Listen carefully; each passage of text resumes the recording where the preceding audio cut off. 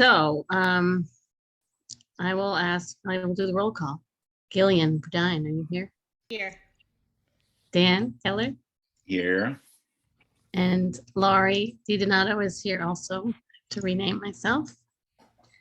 So we can call the meeting to order at the 7:01.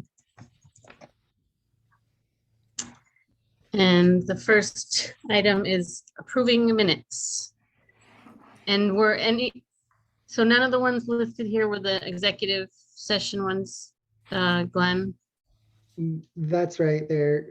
We had each night that we had an executive session, we also had a regular meeting. So Okay. all of those are the regular meeting minutes. And then the others will be, you can take up in the executive session tonight. Okay. So does it seem okay to do one motion for all of these minutes, or would people like to do them one at a time? All's good for me. I'm good with all. Okay. So I'll just make a motion to approve the minutes from May 9th, May 18th, May 25th, and June 1st. A second. All right, any discussion? Any edits? Anything else to say? All right, hearing none. All in favor? Aye. Aye. All right. So it looks like Phil's here, even though he wasn't scheduled till 7:30, but should we wait until 7:30 for Kentfield Yeah, Road? I think it's important to wait for the public's Right. Okay, benefit until people are scheduled. gotcha. That makes sense. Okay, so hourly rates is next. Is that something for Carolyn? She's here, I see. think. She is here. Doug, did you ask for hourly rates to be put Or on the maybe agenda? Doug- No, you didn't. It's Carolyn, I'm pretty sure. She has a Okay. list that she puts out every year. There, Can you Carolyn. hear us, Carolyn, or you're muted? We can't hear you.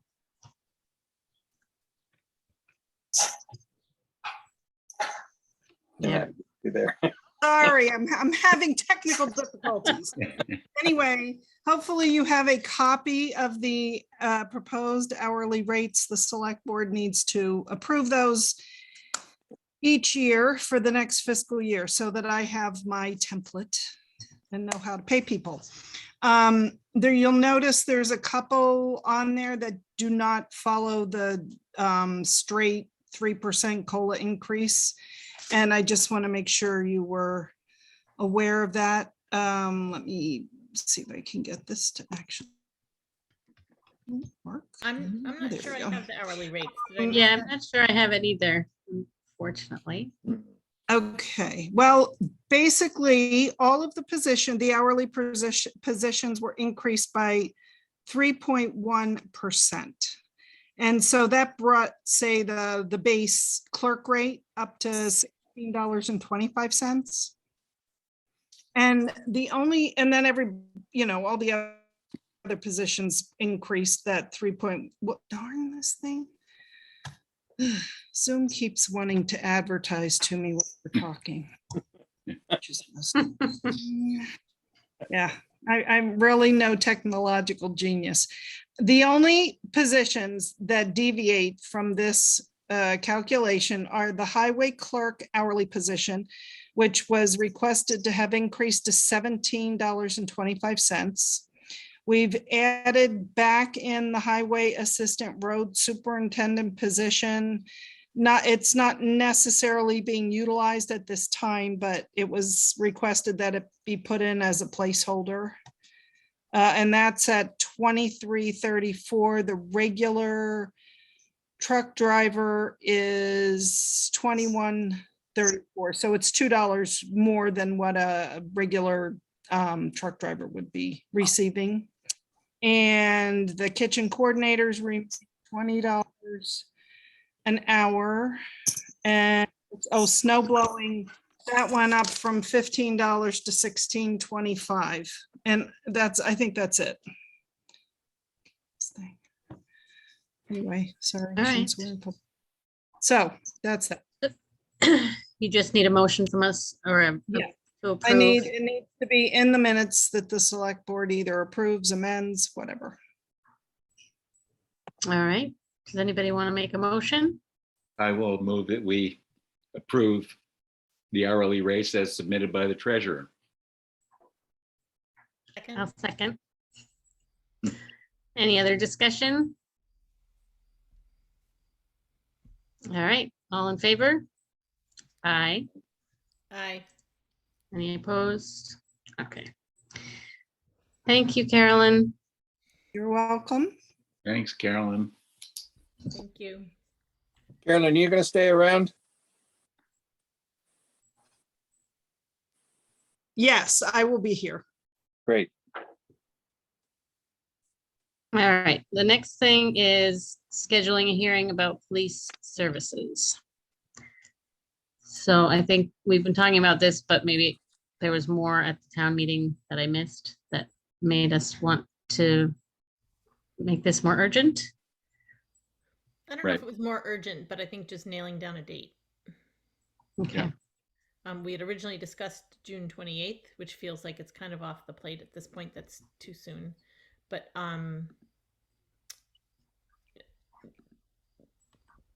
I don't know, taking suggestions whether we want to do it in July or August. We also have to find out from the chief when he's available. Well, it depends on how we want to structure the conversation, but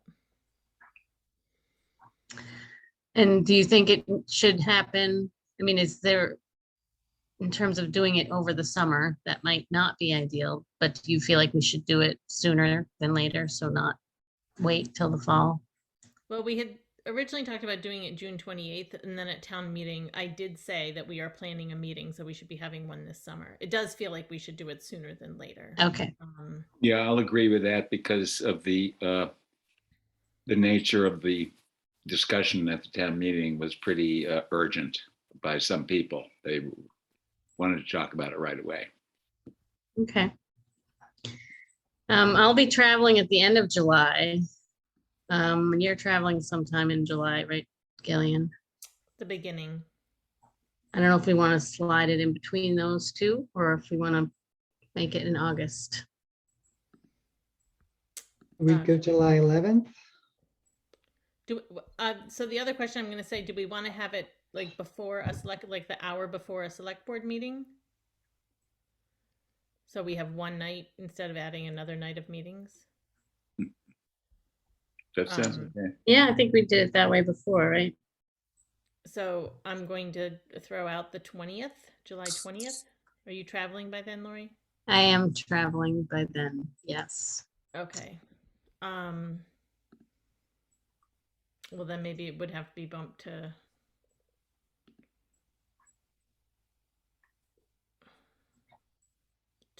the August 3rd. I'm not available August 3rd, a little bit later. Or do we want to choose not before a select board meeting? Either way is fine with me. Um, When do you leave, Lori? I leave on the 18th. July 12 or 14.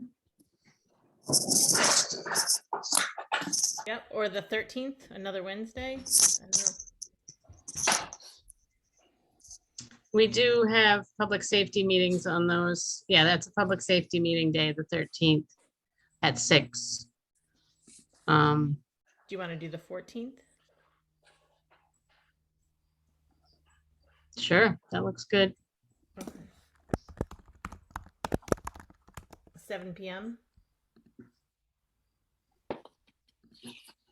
That's fine with me.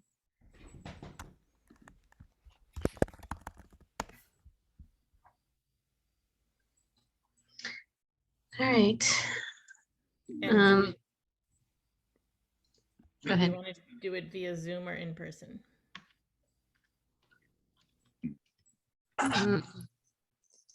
Good question.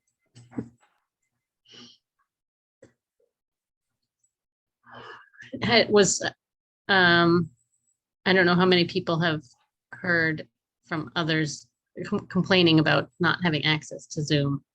I feel like maybe that, I honestly don't know. I wasn't at the meeting, but did that come up with regards to the solar bylaw? Came That up Yeah. in regards to solar bylaw and meetings in general. Yeah, I've heard that. So Zoom wasn't good. So maybe it's time that we try an in-person. Sounds good to me. At the town hall or outside. Well, I guess not outside, but town hall.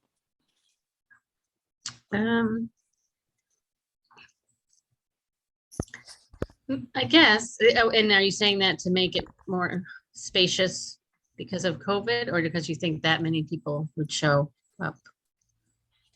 I guess I said spacious because of COVID. Yeah. Yeah, that's fine. You like that, Killian? Or I did like when we had it in the little conference room when we did one of our forums there, but it was Put the pretty chairs- crowded. We could put the chairs in a circle. So, you know, it doesn't feel so us, them. So it's a Oh, yeah. discussion. Mm-hmm. Okay. So we said the 13th, is that right? It's at 6? The 14th 14th, Thursday, the 14th at 7, but at we 7. could change it to 6 if I don't have a strong opinion about whether 6 or 7 is better. Do you have a preference, Dan? No. All right, so maybe 7 is okay. I think this one sort of when people assume we're meeting. Yeah. Yeah. So in terms of checking in with Scott or actually first we need to decide if we want it to be partially without the police there, which I think we have wanted to do. Mhm. And that maybe that should be the first part of it, but we could invite Scott for a later part. Does that seem like Yeah. what we've just discussed? Yeah. I mean, maybe even just for the final 15 minutes or something. Yeah. And a little. So- Okay. Would somebody want to invite Scott? I can do that. Thank All you. right, thank you. And then in terms of announcing it, do you just want to do that, Glenn? Or would you want some kind of a draft? Or should one of us do it? How about if I see if I can Um, find the hearing notice from the last time, and I'll share that with Glenn.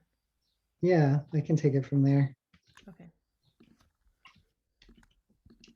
And what time did we want Scott? 7:45, Okay. or I mean, I don't know, or we say 7:30, but wait for us to come get him. Okay. On call after 7:30.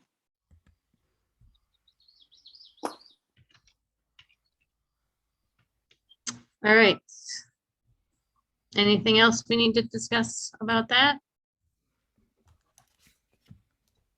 All right, and we're at almost right at 7:15, which we have for Doug, and I think that's the next thing on the agenda, right? Contracting for computer IT service issues. Doug had a number of items. That was one of them. Okay, All right, you're up. all right.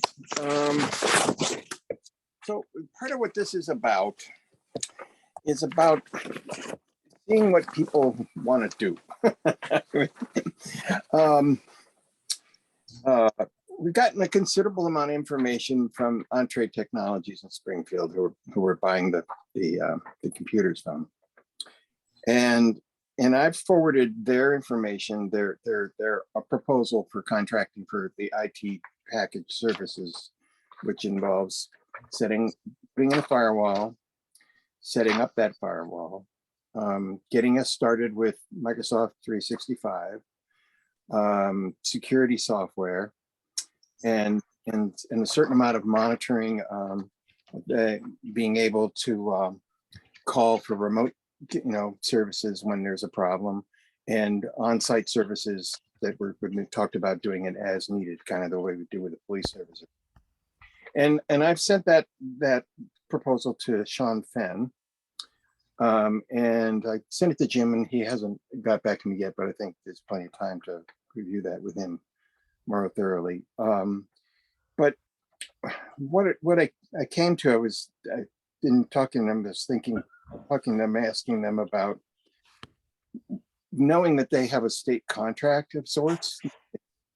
It's kind of like they have it's almost like a license, sort of. They have this system at the state where they have approved contractors, and those contractors have to reapply for renewal for those services, on a regular basis, and they even have an account manager. And that it would be possible for us to not move forward with interviewing or getting proposals from other IT people and simply contracting with them. And it would be legal. There'd be accountability through the state and through them via the contracts that they have. And it would save a lot of time and effort of a lot of people. You may have seen the piece that I sent you, which included sort of a process. So there were notes from Sean saying, if you're going to do this, he says he thinks it might be a fine thing to do. He wouldn't have a problem with that himself. He thought their proposal was just fine, very reasonable in cost. And actually the cost, and this might be true of other contractors as well, but the cost was much lower than I thought it would be, on an annual basis. There's some initial setup that costs a little bit, but not extreme. And then, looks like something like maybe between $6,000 and $8,000 a year, which is much lower than I thought we would be getting into. And a lot of that's because of the way the software works now, and because of using the cloud and things like that. And this would also include training, and then revise training later if we needed it. Some of that would be an extra cost, and some of it wouldn't. So I don't want to make any assumptions about what people are thinking about that, but I thought I would bring that idea to you all and see what you think of that possibility. Glenn? I was wondering, so obviously we wouldn't be using the SLFRF ARPA funds every year going forward, but was the idea to use the ARPA funds for the initial installation, setup, training, that kind of stuff? We would, and we can also, as Sean Fenn had suggested, if we want to, and this ties into what my proposal is for how to use ARPA funds generally, but it's possible. It's not the way they usually operate, but it would be possible for us to contract with them for a couple of years and use ARPA funds to do that. And there would be clauses for escape clauses, basically, that we'd be able to exit anyway if we wanted to. And of course, they've given us a bunch of references and all that sort of stuff. And I haven't done anything with that yet. I thought we'd wait and see how we want to move forward and what sort of team we want to do that, review that part of it if we choose to do that. We'd have to do it anyway if we do others, but. I just have started to it started to come into my consciousness that because they're federal funds, just wondering if the federal procurement is different, like the state would allow us to use them without bids or whatever because they're approved contractors, but I just don't know what the federal requirements are. It's a reasonable question. And Sean didn't have any. We didn't address. expertise? I mean, it's a question that we'd have to explore, and Yeah. it may not be a problem, or it might be a problem. I don't know. It could be when a state has a system like that and the amounts are quite low, that it might be okay. I mean, it doesn't hit any thresholds really. Well, that was what we did with the broadband, with the ISP and WG&E. We did it, we were able to do it without doing a whole procurement because it was intergovernmental agreement, and we chose not to do, you know, a whole RFP because we trusted them and we liked working with them, and it was much simpler. So it is definitely something I think that can make sense if we feel really good about the person that we're working with. Saves a lot of time. Mm-hmm, mm-hmm. I will say, you know, it's just a very limited scope of issue, but I had a problem with the monitor that we purchased through them. I called, I got a tech help guy immediately. They had a very user-friendly system for getting in them to be able to access my computer and poke around. And when it wasn't, they weren't able to resolve it, they just shipped out a new monitor with a box that I could ship back right away for free. And it was all very smooth and everyone was friendly and helpful.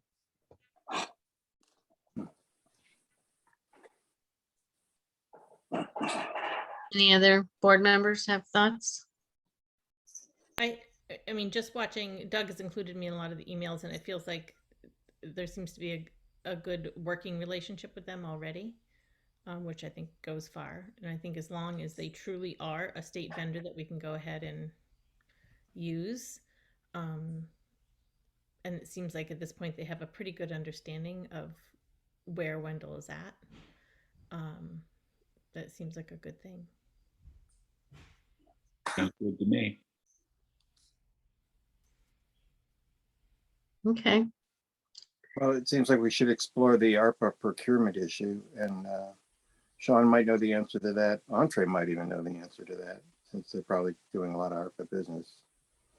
So that's a question, but otherwise, okay. So if we're going to do that, then who would like to participate in interviewing their references and their tech support people, a couple of them, and we could have some conference calls, I think, or possibly even do Zooms for the tech people. But the references we need to pursue other towns that they gave us. I'm willing to make some phone calls, or take part, you know, as long as my schedule allows. I certainly will. Okay, good. how many do you need? Well, there's what did they give us? Here, but the list was I think they gave us 3, I think, if I remember correctly. We could split them up.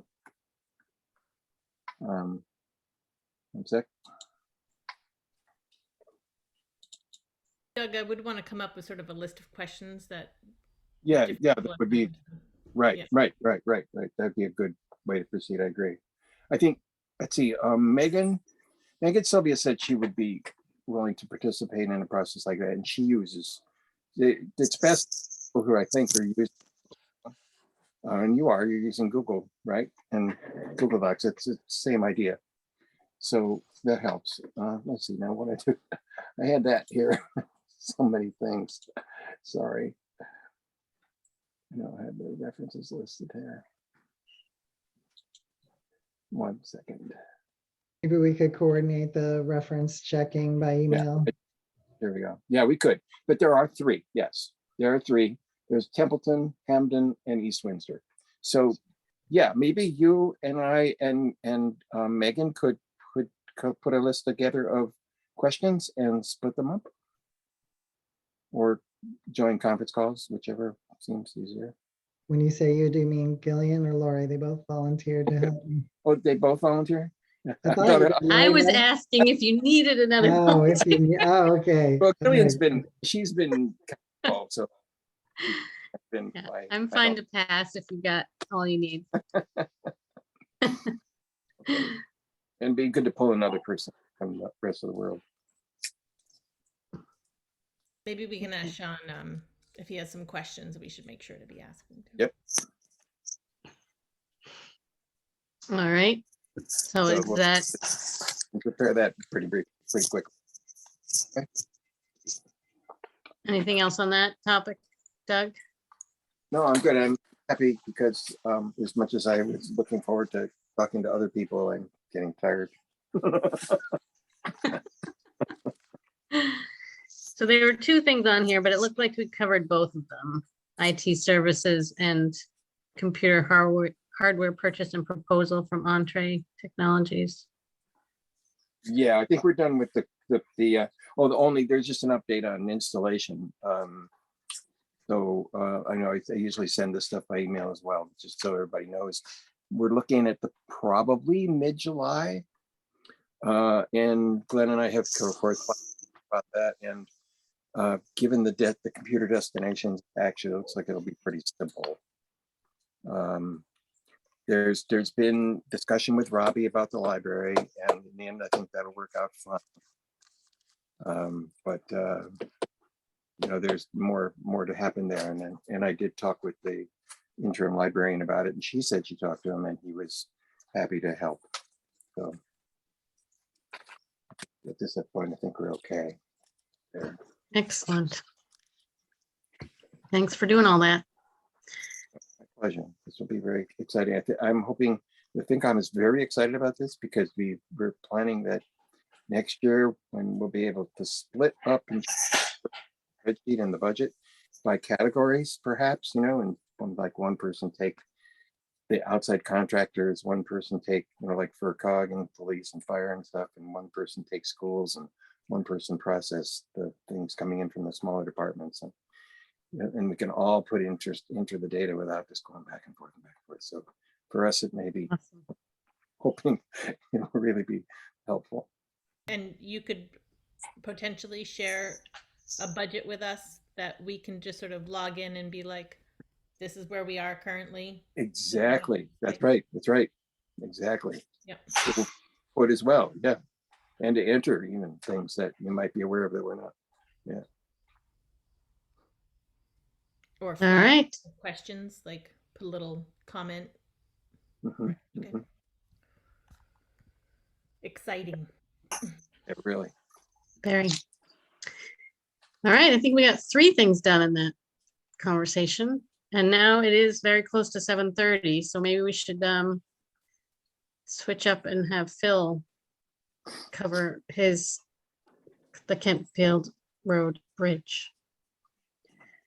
I am Are you there? here. Yep. Okay. Okay, I'm live. So things are really picking up as far as our town projects go. We do have everything we need to for me to request that you sign the contract for the Kentfield Road project. When we spoke at your last meeting, there was a holdup with a final approval from the Department of Defense, Army Corps of Engineers, having to do with different environmental issues. And that came through. So we have that. I have Aaron has signed off on the availability of funds. The contractor has provided his sureties and bonds. They've signed their portion of the contract. And we have a pre-construction meeting scheduled for Monday morning at the Kentfield Road site. So this project could get going. Well, we'll see. They still have to order parts and materials, and there's always a delay with that. So if there's any questions about that, about the contract or about the Kentfield Road project, we could discuss that if you like. I have a question. Yes. We're getting grant funds. My concern has to do with the whole cash flow of the project, because I haven't Yes. seen anything. So I just want to make sure you don't put a $500,000 bill on the warrant that we can't pay. So I if I will, need to borrow, I will make every effort not to do that, Karen. well, if I need to borrow funds in anticipation of receiving grant money, I need to know that, and I need to start accumulating the necessary documents to do that borrowing. Okay, I made a spreadsheet. Doug and I have been throwing numbers back and forth, but I have one possible scenario for how we could use all these various funds. And I can shoot that over to you, Carolyn. And I have It won't another. all- Yeah, We'll it send won't them- all. You all set, Doug? Yep. It won't all come at once by any means. For instance, I've got the bids now for the highway barn project, the roof. And they come in slightly higher like everything else, but it's not way off the map. We originally had scheduled 70,000 for that, and we got the low bid now of 73. And the higher bid was 76. So that's sort of in the ballpark. And they asked, would they be able to get funds in advance? I said, of course not. But they may deliver the materials and submit a bill for the materials the same, to start the project off. That could come first of the month. Anyway, to Carolyn, to get back to your question, we've had pre-construction meetings on the Mormon Hollow project, and we're having one Monday on the Kentfield Road project. I'll have one next week or the week after on the Highway Barn project. So in those projects, we'll start talking about schedules of work and projected payment schedules. So we'll have some advance notice on that. Okay, and the funding source of each Yes. projects, whether Yes. it's coming from ARPA money that we already have, then, that's not any, Sure. it's, anyway. So anyway, those are the things I need details on. I understand, and I assume that Aaron would need those kind of details too. So this sheet I made up makes allowance for which fund is providing monies for which project. Again, they're somewhat flexible. Some of the projects or some of the funding sources could go for different projects. So it's certainly up to discussion as far as, which one's available soonest, which is the best use. Doug has inserted into the conversation, and it seems easy to do, but we can sort of use the funds in such a way as to perhaps benefit next year's warrant articles or our reserve cash, so that could help the town as far as the tax rate goes, depending on how we use these funds. So a lot of considerations. So we could have all three of those projects going on during July. Just a quick blip, the police station is all painted. We have the trim wood coming in this week. The doors are ordered. They should be in next week. So we could see that.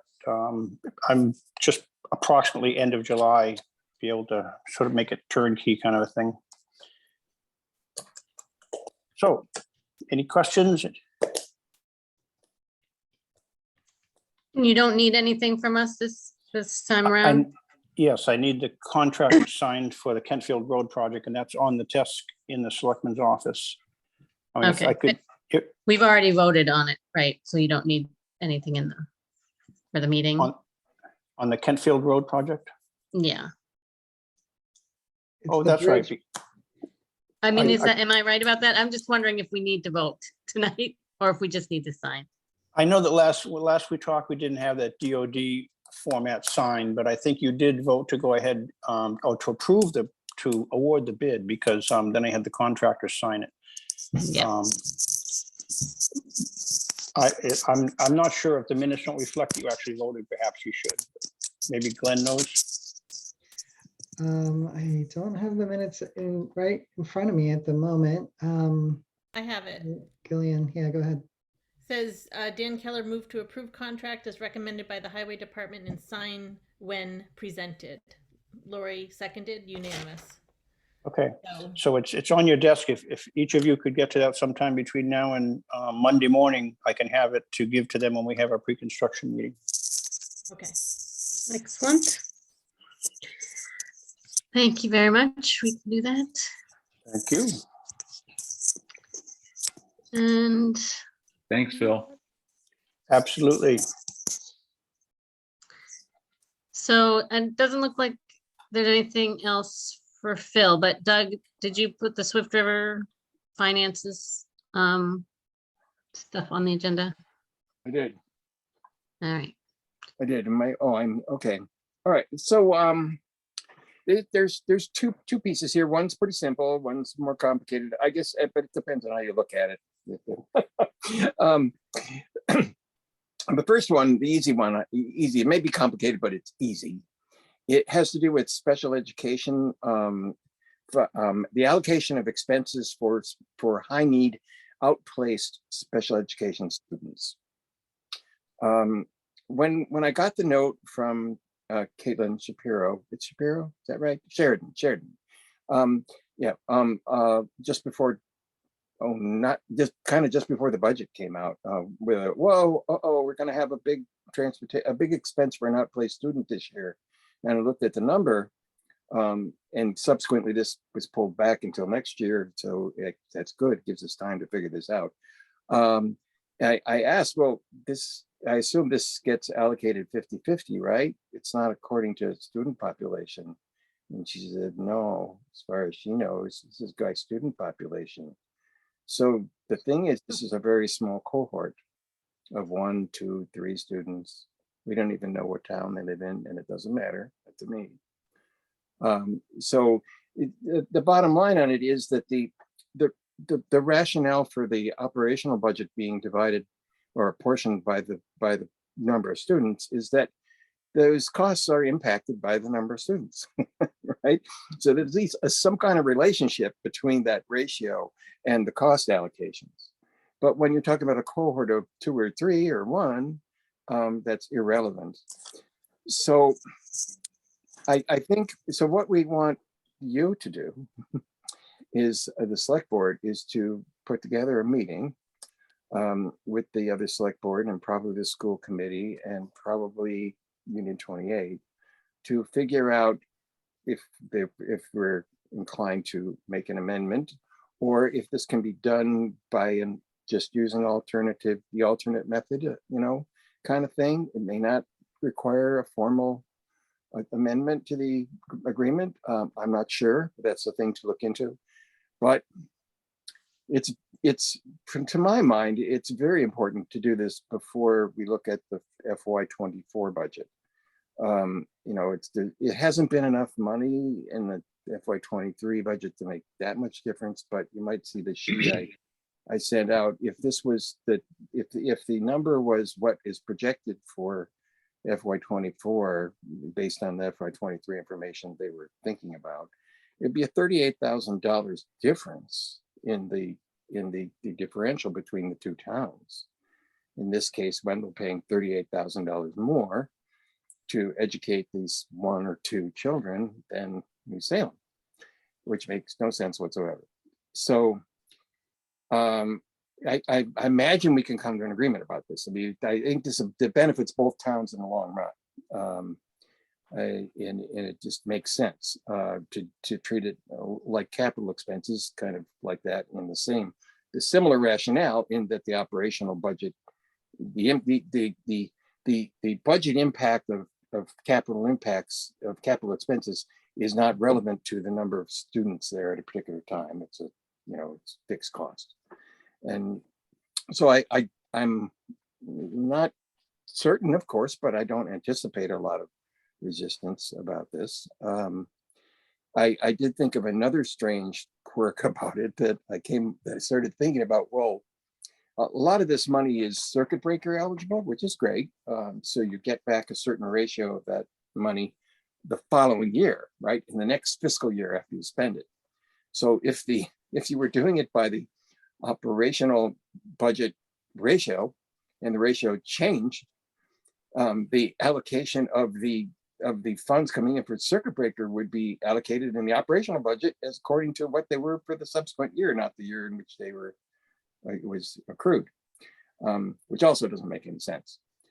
So it's kind of a mess. It shouldn't be this way. It was never an issue when these agreements were drawn up, because you didn't have this kind of thing going on then in the same way. And so I think it needs to be addressed and should be simple. But we need to do it now. Well, so we have time to deal with it and see if there's resistance or whatever. And Okay. I'm glad that because I know because I've been railing on this to her about this. I think there's some related issues about our transportation budget with special education children, which frankly I think should also be split 50-50. It's not consistent with the rest of it. This is being allocated per town, per special education student, and so it should be like one way or the other. No, not little of this, little of that. This ratio here, some other ratio there. And which then triggers the next issue, which is regionalization, but let's take it one at a time. Thank you.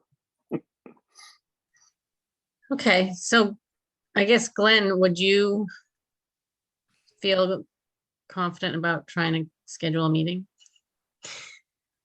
with all Sure. those people? Yeah, yeah, I guess schedule the meeting, and then the other item is determining how the change could be made.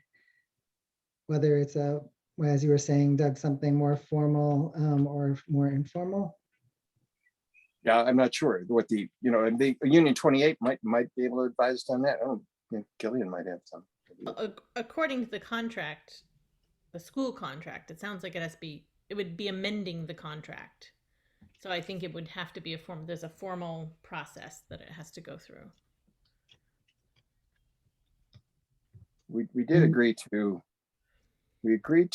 use the alternative method for apportioning the budget based on the ratio of children, and that may have had it. I noticed in that amendment there was a change to may from shall. That might have been what allowed that.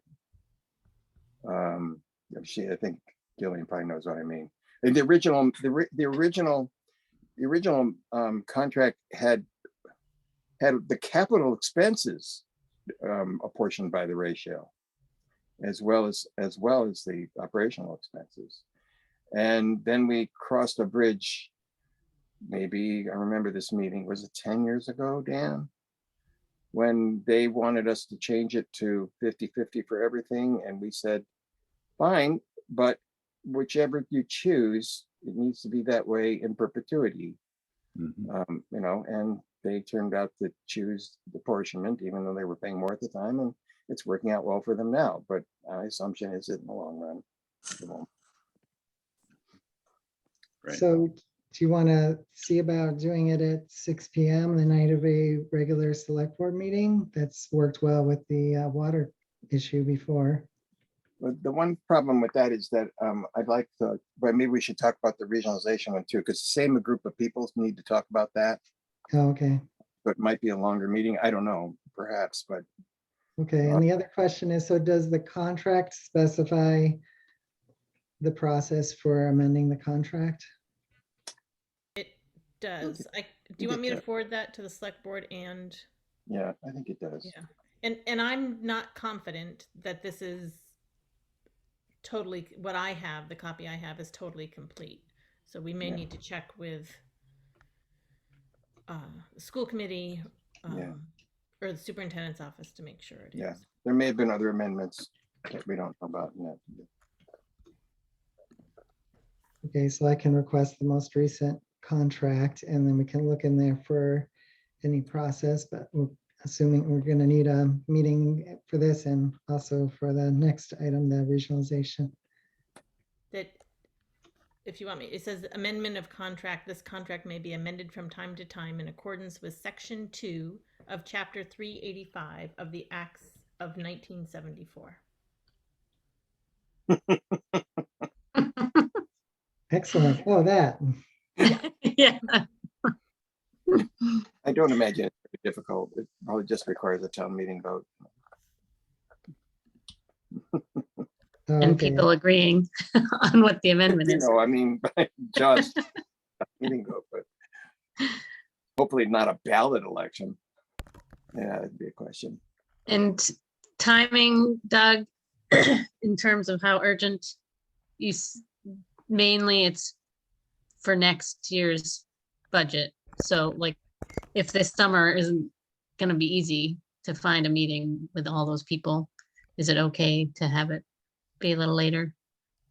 Yeah, I think the because of the process of making the change legally might drag that's what might take time. We don't know. I mean, when we research it out, may be able to do a formal, informal thing, through the school committees. I don't know. It's not a ton of money. It's really a functional thing. It's enough money to be concerned about, but it's not, that much. So I don't know. And the superintendent's office might have an answer, but I do think we need to get it moving because of that. Right. Okay. We might just be able to have representatives from each group to Might meet. might very well, be right. I'm get sure things that's possible. started. That's probably true. Yeah, that might be very simple. It might only require one select board member, one school committee member, someone from Union 28, someone from each FinCom or something.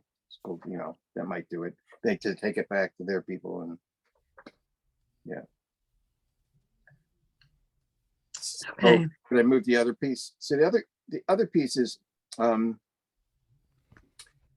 since Bruce Turner actually pointed out several years ago that we were having problems getting the transportation money every year.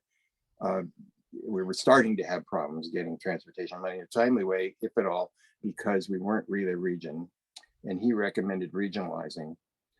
We've asked the school committee subsequent to that to set up something to investigate, to research regionalization.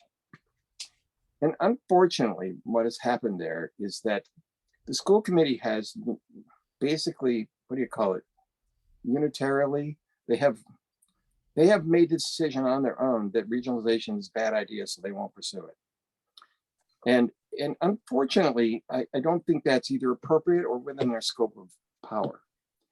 And what the FinCom wants to see is some research done on this in a formal way, form a regionalization committee, try to get a consultant from the state, which I think, if the past is any indicator, isn't difficult because they want regionalization and it's also not that expensive to get a single consultant. These people are whizzes at it and we're really good. I've been on 3 regionalization committees. None of them passed. None of them went anywhere, but they were interesting. And I can assure you the consultants know a lot. And that would be the easiest way to do it. Because the school committee is convinced that it's a bad idea, and the reasons I've heard are not good ones. I mean, the finance committee is not convinced one way or the other. I can tell you the truth. I mean, we don't know this is a good idea. We want to see what it would look like. What would be the barriers? What would be the problems? What is to be gained from it? Which there certainly are. So there are pros and cons. And go through the process the way it's supposed to be, which is to have representatives to a regionalization committee, make up a contract, review it with the select boards, take it to the town meeting, or not. You can also not take it to the town meeting if there isn't enough confidence in it generally from the officials. But we're not happy with the idea that the school committee can make that decision without the town being involved, because it's really a town decision. So we would like you to put together a meeting of all these same people and request that the towns, if New Salem is willing to do so, put together regionalization committee and try to get a grant for a consultant and investigate regionalization. One of the things I'm interested in hearing is whether Union 28 administration would see it as a good thing or a bad thing, if it would be a barrier to us using them as a superintendency. And if so, that would kind of sink it.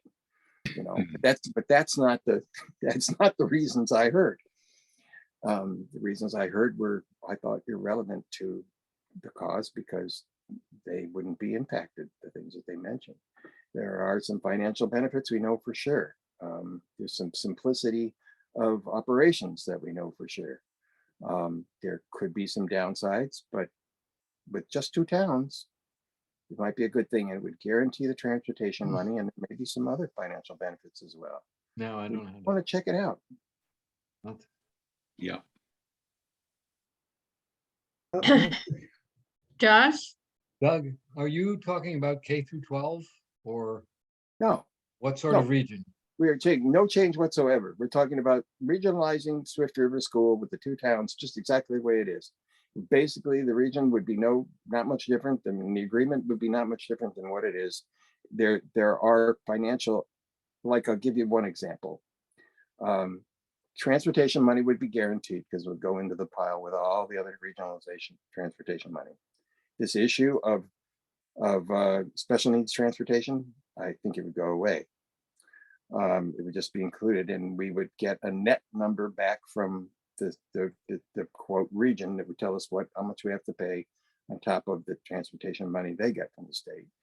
When you did construction projects, the school would be able to borrow money on its own, and we wouldn't have to go through some of the processes and the monitoring that we do, because it would all be handled by the school.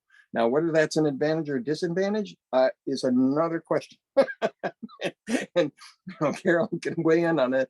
I mean, we're sort of thinking, well, it might have been better if they just had been on their own to do this, as opposed to the way that it's gotten kind of screwed up. So I think having each town do it separately is a complication.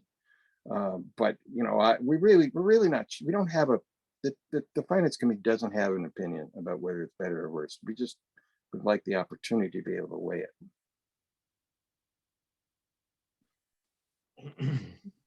Well, it seems pretty easy to add that in to an agenda for when we get everybody together. As long as you're going to be there, Doug. Would it extend? Do you think it would extend the meeting beyond an hour? Maybe not. Maybe it's really kind of do you want to try to do this or not? Yes. I'm gonna mute myself. Yeah, maybe it wouldn't. We could, I mean, if we did do it ahead of a select board meeting, we could just bleed into the regular select board meeting, I guess. As long as we just make the meeting start at 6. But Yeah, if you think that there would be value in just having a representative, have some exploratory conversation before doing it in a formal session, might make sense to start there. Because it's the other thing as well, right? That both of them are kind of might be valuable to have some initial conversations before deliberating in a formal session. The trick is if we need the school committee and the select board and maybe the FinCom, having all that, if we need sort of thoughts from all those different groups to move it forward. I don't know what you think, Doug. Have you even tried to approach either select board or FinCom from New Salem? No. And I can tell you that I did the one school committee meeting that I attended by Zoom. The chair of the Swift River Committee, who is from New Salem, was all for starting a regional study committee and actually assigned someone from each town. And then my friends who were interested in being on such committee contacted the school committee and were told this isn't going to happen. There's going to be no committee. Maybe we can get on a school committee agenda and have, one like you and somebody from our board and somebody from New Salem's board. It Go would to be the- important that it was not just me. Right. That'd be key. I think they're thinking it's just, I've got a bug about it and it's just me.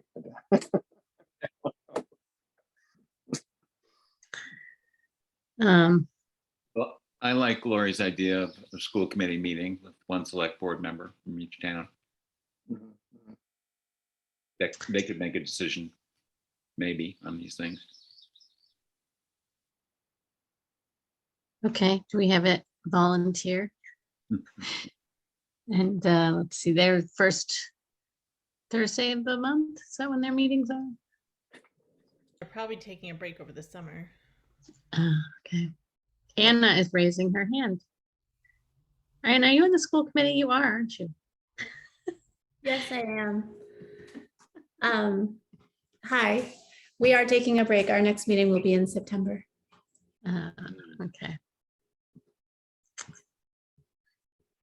So maybe we don't want to wait. Well, the regionalization issue is not as urgent in the way as the other one. The other one being smaller and impacting a budget that's coming up is more urgent time-wise. The regionalization thing could drag on years even if we get it started, and that's fine. But it's not urgent. And Really? the cost proposal that you are talking about, Doug, in terms of sharing 50-50 is not, it doesn't really have to do with the school. Like it has to do with how the towns are paying for school services. So I think it really, if the towns agree on how to get the bills paid, that's a different issue and doesn't necessarily have to involve the schools at this point. Neither does regionalization really, but because that's actually, these are town decisions. You're right. Right. But it would also, I mean, it might be helpful to hear where studies have ended, where they've run into trouble or where they've run into sort of roadblocks instead of starting entirely from scratch. Indeed. So how about we schedule a meeting about the amending the agreement separately, and then we can think about going to a school committee meeting in the fall about the regionalization. Yeah, that probably makes sense. And One is so, Other anyway, and so it'd probably be, yeah, there are a lot more questions about the regionalization than there would be about sharing special ed expenses for 3 kids. Mhm. okay. So we could invite the New Salem folks to our next meeting possibly, or a future meeting. That makes sense. I won't be here for the next meeting. Although it's, I think I've laid it out. I doubt that you're absolutely gonna have to have me there. And then I think Gillian and Glenn are gone for the 6th. Is that right? Yeah. Yep, but And then, I can participate remotely. oh, right. Okay. Oh, we forgot to, I guess I didn't get it on the agenda to review our schedule. Oh, yeah. Can we do that at the end? Later? Yeah. I like that you put that on the form though, Glenn. Thank you. Oh, sure. Good idea. Do we want to try for the 6th, since it might be a sort of a small agenda, since it'll be, unless I know what one discussion was, maybe we don't have a meeting that day, depending, but we can wait till the end and decide.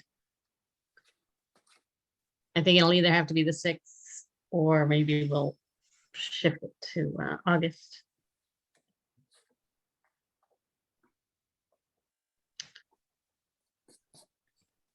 All right. Do So- you want- oh, I'm Go sorry. ahead, Glenn. I don't know if you're ready to transition to the next agenda item, but Ann is here for the appointments item. So Yes, I think that's good. We can skip to that as long as, Doug, you think we're in good shape for Yeah. that? No, We'll I think figure out a meeting. it's a good place to, good approach. Yep. Thank you. All right, thank you. So we'll do the appointments now.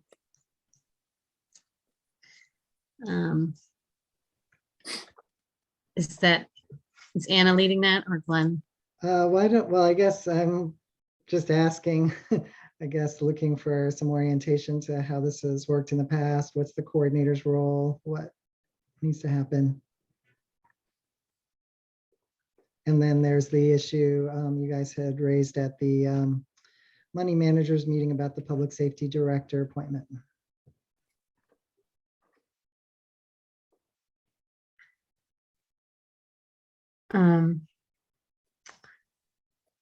So maybe Anna, I mean, I know from basically from what we've done is we've just signed the slips that Nancy has given us. So is there more to it? And I also didn't have any idea of what the formal process was because Gretchen wasn't in a place to help train me for any of this. So I would just swear people in when they came into the office. But I'm trying to work with Joy to get a better sense of how we can streamline this process, because I believe she still has the master lists that she works from. And I'm not sure if she's the one generating the slips or not at this point, or if that's what Glenn is doing. So it's all very muddy, but the list I sent you is all of the appointments that are expiring at the end of this month. And a lot of those are fine as one-year positions, but there are some that should have been more than a one-year position because some of these committees have rotating seats like the select board does, and having a better sense of which person should be on which rotation would help. And I'm hoping that Joy and I can get that nicely organized and made abundantly clear to people so that going forward, we don't have everyone expiring on the same month of the same year. And I don't have a better word than expiring, and I'm sorry for that, but that's what it feels like right now, is that there's just too many people whose terms end this month. I mean, they all end on June 30th. There's just too many people who are ending on 2022. And then there's also, I do believe, a backlog of people who've never come in to be sworn in. As Dan pointed out, he wasn't on the list to have his term run out next week as assistant constable, but that's because I haven't sworn him back in as assistant constable since I've taken over the position. Oh, okay. So in the way I have it in my office right now, I only know when somebody comes in with an appointment slip that they need to be sworn in. I don't have a working list of who has been appointed and who I should be contacting to follow up with. And my role, it can be both. I have no problem with that. I just don't know who it is. I'm tracking the ethics and the swearings in and not tracking down people to get sworn in. I wonder if it might be worth contacting Nancy to see if she has a list. Well, I think Joy does have the list. Okay. Joy would occasionally give me a list. She hasn't given me a list since last summer. And it wasn't 100% accurate then. And we've been meaning to meet. It's now becoming slightly more of a crux because so many people's terms expire next week. Right. Yeah, I did find a spreadsheet in Nancy's files of things. Yeah, and I did try, hopefully Nancy's not getting tired of answering questions. She might have been away, but I did call to ask about this and some other items and didn't hear back. But at some point, she should have an opportunity to actually retire, but hopefully not yet. So, But you did find a spreadsheet with all the appointments. something, yeah. And then, but Anna's information looked better. And then I probably should have been maintaining a spreadsheet for all the appointments that I've been making since I started in January, but I haven't been doing that. So there's some work to do to clean this up, but it sounds like Anna and Joy and me together can keep sorting it out. Good. Oh, at this point, could or should we let other departments know the changes, like in chair positions, which in some cases are appointments? Like the FinCom, for example, just has new co-chairs. If I remember correctly, I got appointed to be the FinCom chair. I don't know that that's the case with every committee where the chair is specifically. Yes, the person designated as the chair of the committee, that information should be on the appointment slip, because I do the swearing in off of what I see on the appointment slip. Mhm. So the language of that should be known before the slip is made. And the same with the term expiration date. That should be done not just on a default June 30th of that following year, but of when the rotation actually expires. Yeah. So that information, I don't know if that information comes from the committees or if that information comes from, this is a big unknown to me, and I don't have a resource for it due to what's going on with Gretchen right now. I don't know what to do. So I'm just doing what I can when things come into my office, and keeping my Google sheet as updated as possible. But clearly it wasn't, because Lori found things that I had forgotten to update. So, but because that's a Google sheet, it's live. So everyone who sees it has access to it with all of the current updates on it. Okay. And I don't know how to raise my hand on this thing. You go down to reactions, the smiley face with a plus sign, and you click on it and there's a raise my hand. But Oh, there we go. Okay. I'd like to be correct. Here we go. All right. I've raised my hand. Well done, we see it. Carolyn, Anyway, I would just like to whomever comes up with a protocol on how to do this process, would you please include that all appointments need to be shared with the treasurer? Absolutely. And that will be easy to do, especially if you're okay getting it through a Google Sheet. But if you would rather have something when a new appointment is made, just an email sent from me when I've sworn them in, I can do that. But No, if I am like clued in on what the process is, I probably can remember to go in. I just will have to know how to get into your Google Sheet. okay, yep, I can help you with that. It's very simple. Good, thank you. You're And welcome. just because we're talking about the Google Sheet, and I don't know if you do this, Anna, but what I do at work is you can set it so that you get notified when a change has been made. Right. And it's I turn all of my notifications off because of things that happen at school, but I could easily put those on to people. And I think it's on a personal level. I don't think it's on the way I said, I think it's on the receiver's end, but That's I right. can double check that. That might be right. Glenn, do you have your hand up? Yeah, I was just wondering how much of this has to do with what's legally required and how much of it has to do with Wendell tradition, both of which I think are very valuable and important, but I'm just curious about that. Like, do people legally need to be, does there need to be an appointment slip? Does it, they all need to be sworn in and all? Yes. Yes. The They all answer is- need to be legally sworn in and they all need to be up to date with their ethics. And those are what my office tracks. I see, yeah. And there are certain positions that have special, like for example, let's take the FinCom again. The chairperson of the FinCom actually often is the signator on formal documents as opposed to the rest of the committee. Sometimes we have slips where everybody signs, sometimes we have where just the chair does. So that's probably the reason why that is, always been the separate, it's noted in the appointment slip. It's a multi-year appointment too, I believe, which, see, though it needs to be changed this year. Gillian? I was wondering if, because I know there's some concerns about boards being ready to vote first thing July 1st or right July 2nd, something like that. If we need to do the best we can by reappointing all these that expire in June, and then this year work on making sure we get the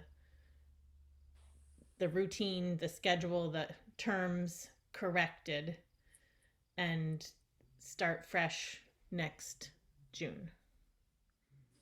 Does that make sense? Does that?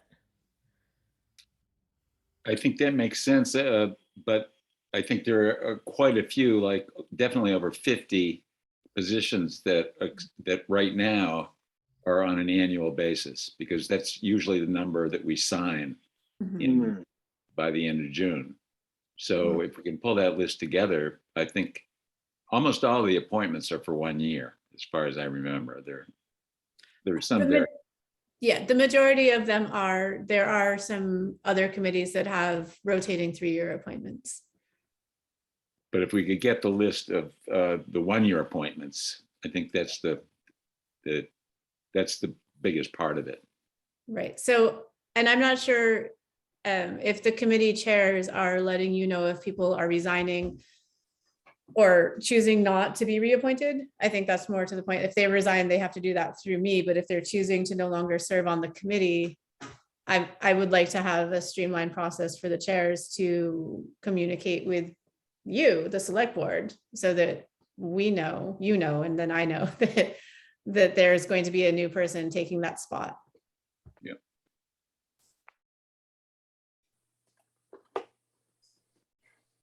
All right. So do we feel like we're in a good place then with this, or is there more that needs to be discussed? I feel like I'm in a good place and I'm looking forward to finally sitting down with Joy after a year of trying to find this time. And we're either meeting Saturday or another day, but to complicate things, I'm leaving next week. And so Stephen will be swearing in everyone who expires who needs to have a meeting, but he's up for it. We practice, so it will be fine. Thanks, But Anna. I need to swear him in before I leave, just so that if anyone ever checks the books, he's legal to do this. Okay. Okay. Thank you. So Anna, you will communicate with Glenn what he needs to get printed out and signed and, Yeah, okay. yeah, and hopefully I am feeling very optimistic that Joy and I will have a nice tidy list for the necessary immediate appointments to continue on committees for 2023. And then, yeah, I like the idea of taking some time to really systemize things over the next year. I just want to say that, Anna, you are one of the more wonderful things that's happened to us in the last year. And admiring and so grateful for your commitment and to this, and you bring wonderful energy to it as well. That is just great. You're patient. Here. Thank you, Doug. I very much appreciate hearing that. You do amazing work too. Absolutely amazing work. Okay. And you had the public safety director. Did you mean the emergency management Oh, director? yeah, maybe. Lonnie? Honestly, I looked at that. I think that might be something to push off, maybe to have a conversation with Joe about. I'm not sure who, how that's chosen, if that's what, and I can't remember the actual discussion at the money managers meeting, if anybody else remembers specifically. I Go ahead, Gillian. A question came up whether since he doesn't still live in town, does it Oh, meet our need for an emergency management director? And also whether it might make sense to restructure it and add it to Joe's role and add that stipend to the chief's salary, I guess, Correct. as part of the discussion.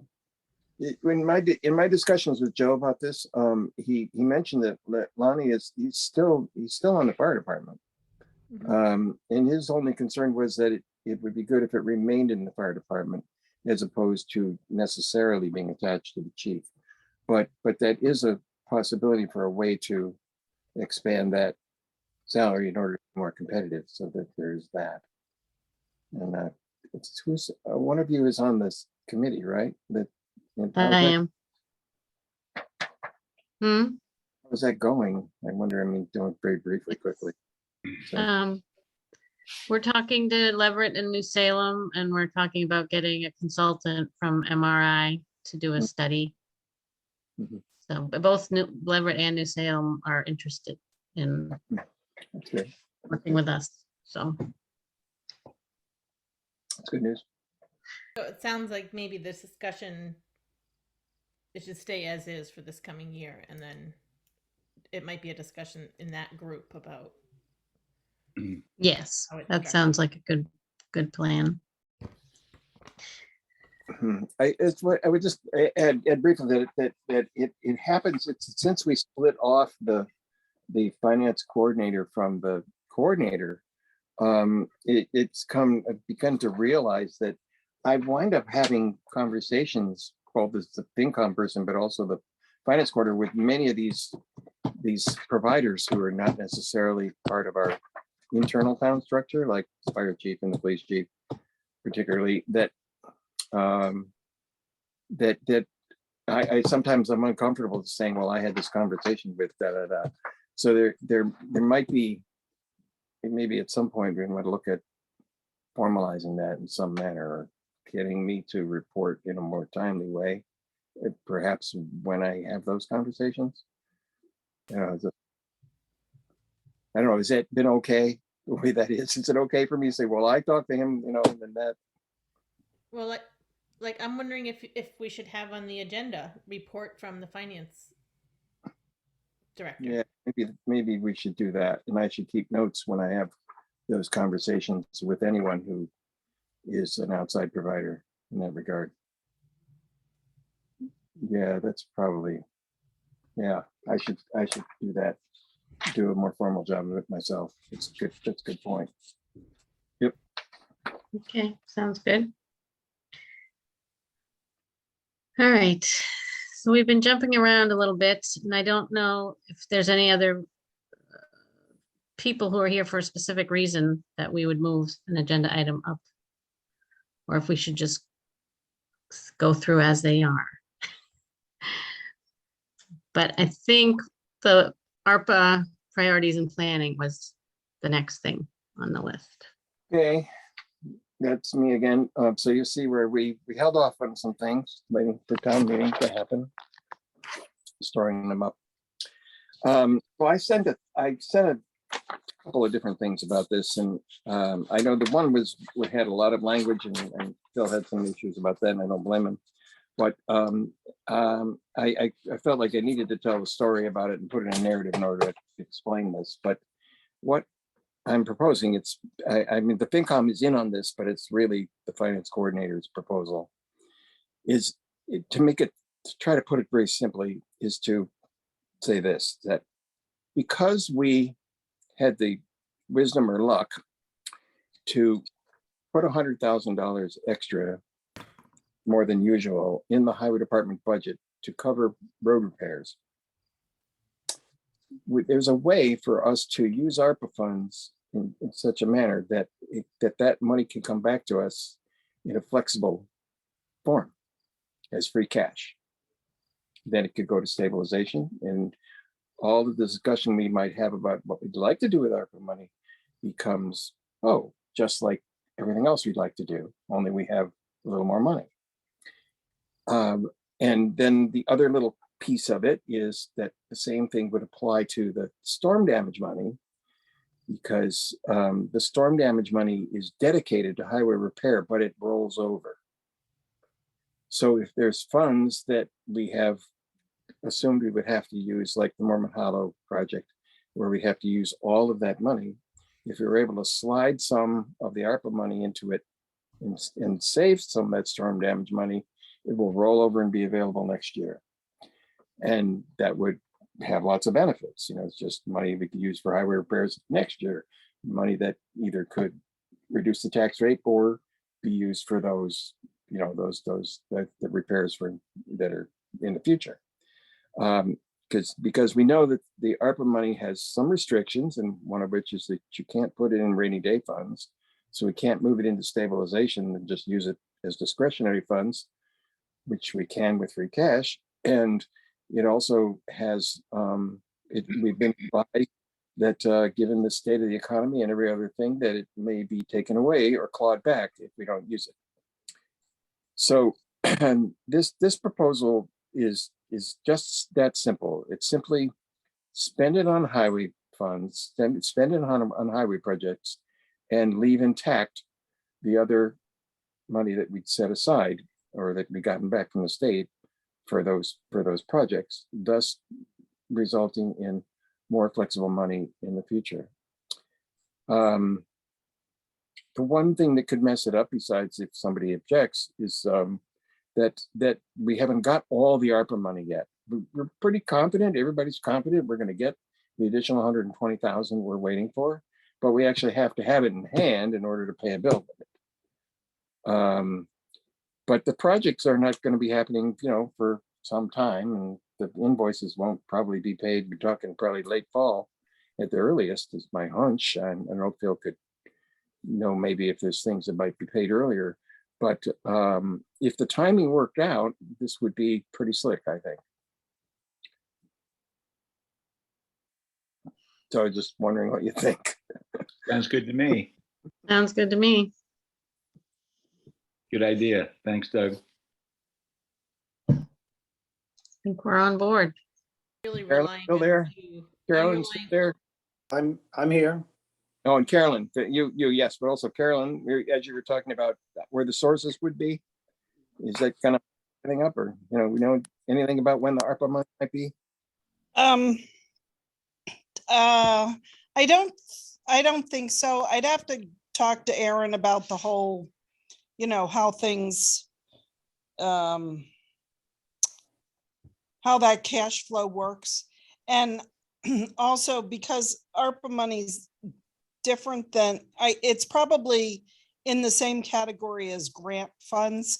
If we have something that says that we are definitely getting the money, we just haven't received it yet, then I can borrow against it. Ooh. So, but again, that's sort of all new, unknown territory to me. I'd have to confer with our financial advisor, which is why we Yep. have her, as Yep. to what the right steps are and, Hmm. blah, blah. But Right. most of Carolyn, the things you this can is borrow Phil. up for a year. Mhm. You can borrow short term. Can you hear me, Carolyn? Yes. As an example, I just did sign contracts for the RAP money. That's the WRAP. That's $154,000. Okay. So now I have a signed contract, and it has the amount on it, but they are going to come back to us, hopefully in a short period of time. I would estimate the way it's been so far communicating with them, that within a few weeks, that $154,000 will be online as available. It is it's a reimbursable fund, much like you say, like Chapter 90. Mm-hmm. And I don't have the forms yet, but that's one of the pieces of criteria I'm trying to gather for each of these funding sources. Okay. So it's out there, and I think we can take it step by step and find out what it takes to get them actually available, or at least some documentation that the funding is coming, and maybe even then some timing issues. Perfect. Mhm. And I have discussed this with Erin, and she gave it her okay in a broad sense. Good. All right, that sounds good. I think, did you have something else, Gillian? I was just gonna say, I really am relying on Doug for the knowledge about how things can be used and where and what's most beneficial in terms of how to spend it. Yes, we trust you, Doug. I have a vague memory that the final chunk of money is coming in this summer, but don't quote me on that. Yeah, it kind of sounds right to me. All right, good. Oh, and I just mentioned it, Phil, it sounds like, for our last version of this, it looks like the vast majority of this would be the money that would be for subcontract highway repair. I'm gonna mute Phil for a second. Phil, I don't know if you can hear me, but your computer was making strange noises. Did you have a question for Phil though, Doug? Oh, just information, that's okay. Sounds like technological problem. Okay. All right, so I think we're all on board with that. And I think you have it under control, Doug, so we can move along. The next thing is annual report. Yeah, so let's see, I just wanted to check in both, maybe we can bundle the annual report and the newsletter issue, both related to kind of town coordinator capacity, and maybe things are just about to change because I'm getting through this wicked busy time at the end of the fiscal year, and there's some bandwidth will open up this summer, but we would, we have the question of whether the select board would like the annual report kind of put into a format similar to prior years. We had a handout version that was distributed at the town meeting. And then we would be hoping on the normal schedule that you approved for the newsletter, that would be going out in early July. And I, have lost the newsletter volunteer. So with current capacity, I don't see that happening. And so I had a conversation with Lori just about, my capacity and what the select board's priorities are and where you want to go. So we thought it'd be good to put it on the agenda for the meeting. And I was remembering that prior to having Corey volunteer, I think Nancy we sort of missed a newsletter or two because it was a little too much for her too. So I think, yeah, we can just, I think we need to just decide how important it is and if there's alternatives or how we can find other ways to make that happen if we feel it's a high priority.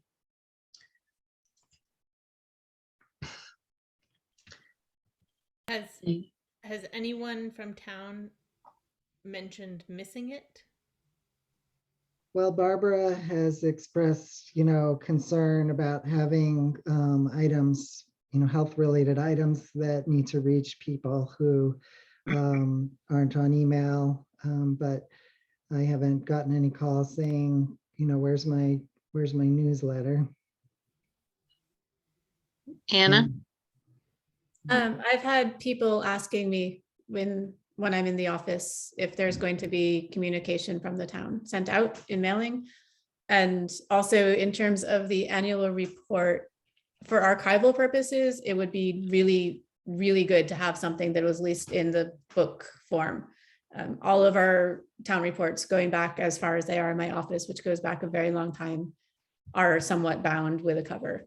And it just, I will be able to store it better, and the library would too. Oh dear. Yeah, I would say they're both a high priority from my point of view.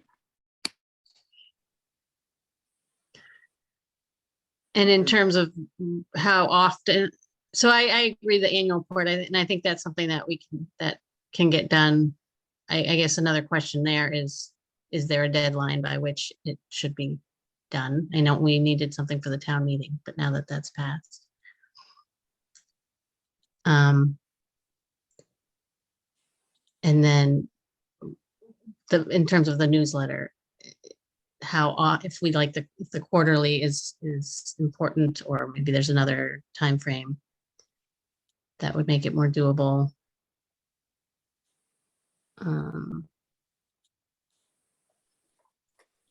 Just things to think about. Yeah, I think we had looked at the schedule before, thinking about like notices before elections, notices before town meeting, like note that newsletter would go out with time to put those kinds of notices in. So I think that sort of timeline is important.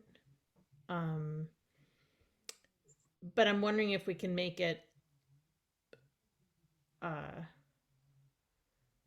like, I'm not sure what kind of format it goes into.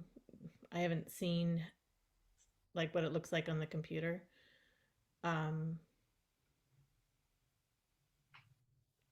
willing to try to support Glenn. If we have the subject of what needs to go in there, I'm willing to support putting it together to see if we can get something out.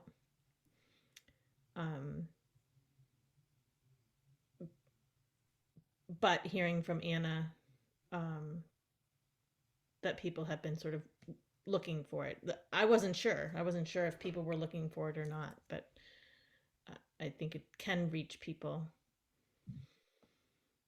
And if they're coming to my office asking about it, should it be coming from my office then, or should it still be coming from, I mean, I don't want to volunteer Stephen for everything, but he could have a little bit more work than filing, ahead of him.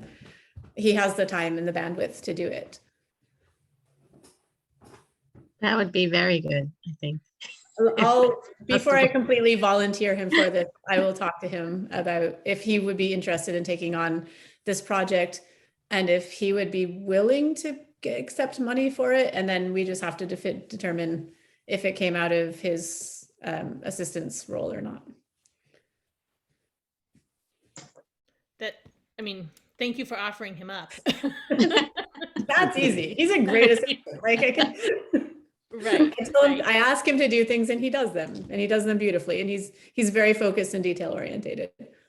Right. So, and I think it means that it's right. Isn't it a fact of sending an email out saying, if you want something to be in a notice going to the town, it has to be in by such and such a date, and whatever is received at such and such a date is what will go in it. Like, Right. because it's hard when you're sort of waiting and waiting and waiting for somebody to get something in, but and that sort of puts the deadline off. Right. So, and it would be nice to get something out. Yeah, and if there is a preset format template, that it would just be plugging, I mean, if it's just a standard Word newsletter template too, with the right header on it, and that's an easy file to transfer and work on. Yeah, I can send you a copy of a version. Could you send it to me and Gillian, please? Sure. Because I'm not going to forget that she's volunteered to help. Thanks. So what was our next deadline for? I think it was Um, September, before the next election, which is September 7th. Well, the select board approved a schedule that would have had it going out quarterly, which would have meant in early July. The deadline would have been today, but there hasn't been a notice going out asking people to submit things, so Glenn, do you feel like you could get the notice out certainly, and yeah. then say by, like, choose a date and we could still get it out in July? It may be that Board of Health needs to get some stuff out about mosquitoes, etc. And who should I have people send items to? Me, or Do you want to have them send it to me and I'll be responsible for that? it'd be great if you'd be willing. Give it a shot. All right, thanks, You Gillian. can have Stephen help you. Yeah, and let me just choose a date by. What is today? The 15th? When do you think you can get the email out, Glenn? Probably early next week. So let's say by July 29th. A week, like, so that'll give people at least a week. Does that feel okay? I mean, June 29th. June 29th, I'm sorry. The summer's flying by. Mhm.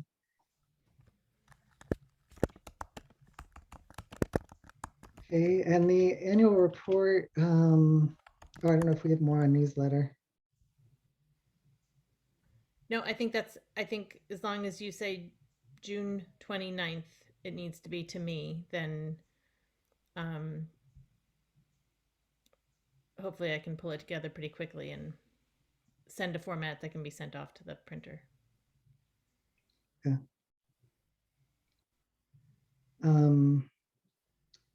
And about the annual report, Lori and I had talked about the possibility of working with like a Collective Copies or some other shop to help kind of get it formatted. It means since we have all the content and everything. I don't know what happens, Doug, with there's a budget line item for the annual report. We spent a lot less than that this year because of the way it was produced. But those funds will just go into, they go away. You're on mute. What I would suggest, if Carolyn, she might weigh on this, I would suggest just use the, if you can't get it paid for before the end of the year, which you probably can't, you either do a bill of prior year or at a future meeting, or use the FY23 funds. It's the same name on it. And then we can just supplement that later with some stabilization money. Then we'll know exactly how much it is, but Carolyn might have a better idea. Well, and Yeah. we don't need as many copies as we normally No, make, right, so it won't be as expensive. that's right. So I think somebody should determine how many copies we actually need. I mean, I've seen stacks of old annual reports sitting around. I don't know how many we need, but Yeah, I don't know if that's one of those things where you pay so much less when you buy more than you need than you would if you just bought the amount that you needed or something like that. Happens sometimes with printing. But if we purchased 25 and we someday needed more, we could always have more made. Yeah. Carolyn? So would it be possible to, wherever you're going to get the annual report printed, if you could get that company to, they would know how much it's, if you say, I'm going to come to you and need 25 printed, they should be able to give you an invoice or tell you how much it's going to cost for that. And if you have that information prior to June 30th, you can encumber the funds from this year's budget, so you don't have to dip into next year's budget. Yeah. That's one option, because I believe the annual report fund fee is in Article 4. If that's correct, it just gets rolled into free cash. And how long do can those encumbrances go? Oh, Nick, I believe somebody correct me if they know differently, but I think as long as they're encumbered, they can be used in any time during fiscal 23. But Oh, the okay. encumbrance is specific. You have to have a vendor name, preferably an invoice number and an amount. Got it. Okay.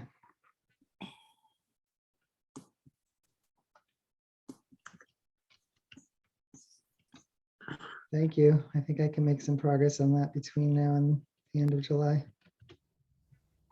End of June. end of June, right? All right, awesome. All right, moving right along then, Hilltown Network is on the list. Was there something new on that? Gillian, do you want to cue that up or should I? I can if you want. So we had asked Glenn to send out like a memorandum of understanding to Hilltown Networks. Glenn has tried multiple times has sent, emailed, mailed. Have you tried phone calls? I can't remember. I can't remember either. Probably. If I had a phone And- number, I called it, I'm sure. And with no response. And the memorandum of understanding was basically an agreement that he wouldn't add any new customers, and that once he had no more customers, that he would remove the equipment, and that starting as of July 1st of this year, there would be agreement that he would pay like a set amount for use of electricity in the building, or like for the agreement using space each year, a nominal amount. I think it was like $50 or something. And we've heard nothing. So I don't know if there's somebody who's had a relationship with him before, conversations with him before, who can sort of get to the bottom of it, or how we should proceed next. I don't know, but I'll say one more thing, and that is, I think they have equipment at the fire station too. Just to add that. We saw it when we were there looking at the phones.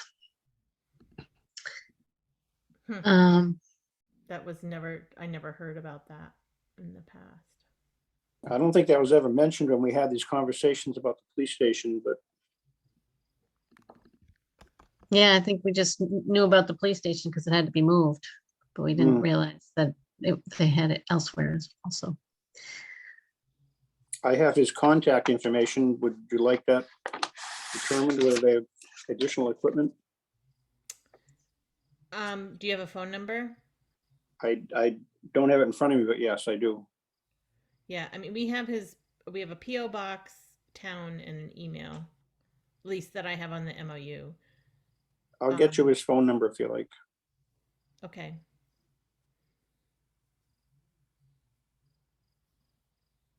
You guys want to talk now about what you would do if he remained unresponsive?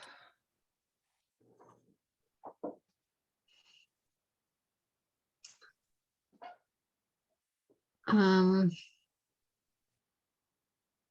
can invite him to a meeting. That's not going to work. If he's unresponsive. I mean, I have a hard time wanting to do anything drastic. because they've been there for so long, and it doesn't seem like it's a problem for us. I mean, I know it was a little bit of a problem with the police station renovation, but I think they eventually did what needed to happen. So I guess I don't know what I would want to do. Anybody else?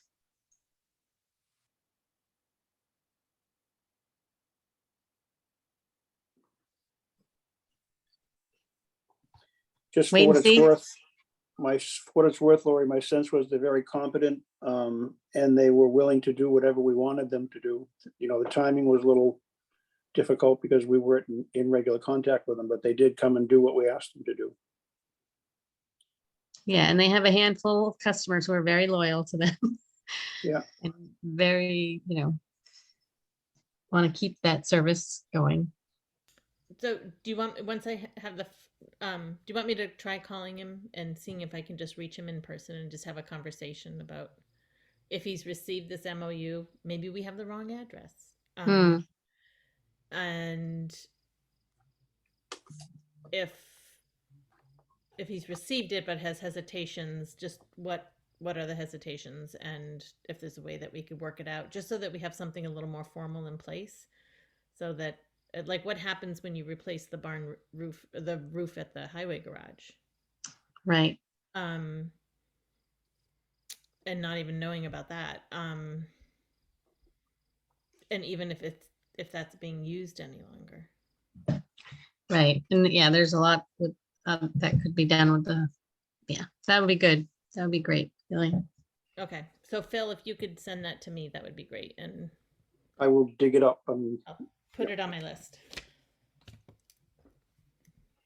If you can copy me, Phil, that'd be great, just so I have the phone number for my records. Sure. Okay, next is the liquor license inquiry. Yeah, so I guess I presumed from getting this phone call that the person was definitely interested in a offsite license, but maybe they were just doing getting some information. So they just this person wanted to know how many off-premise licenses, or if there were off-premise licenses available, both for all liquor and for beer and wine only. And I was able to get the information from the Alcohol Beverage Control Commission, ABCC, and I shared that with him, and he thanked me for the information and didn't say anything else. So we'll see. I guess the application would go directly to the ABCC, and then they would notify us about a need to schedule a meeting with them, but not sure that they're going to go beyond asking for the information at this point. Okay. Good. Oh, you're on mute, Dan, Dan. you're muted. Thanks, Lori. Did you get any information from them about how many liquor licenses are available in Wendell? Yeah, I did, and I emailed that to you all shortly before the meeting. Let me see what I sent to you. I have the quota breakdown, but I don't know exactly how to read it. Yeah, so I'm pulling it up.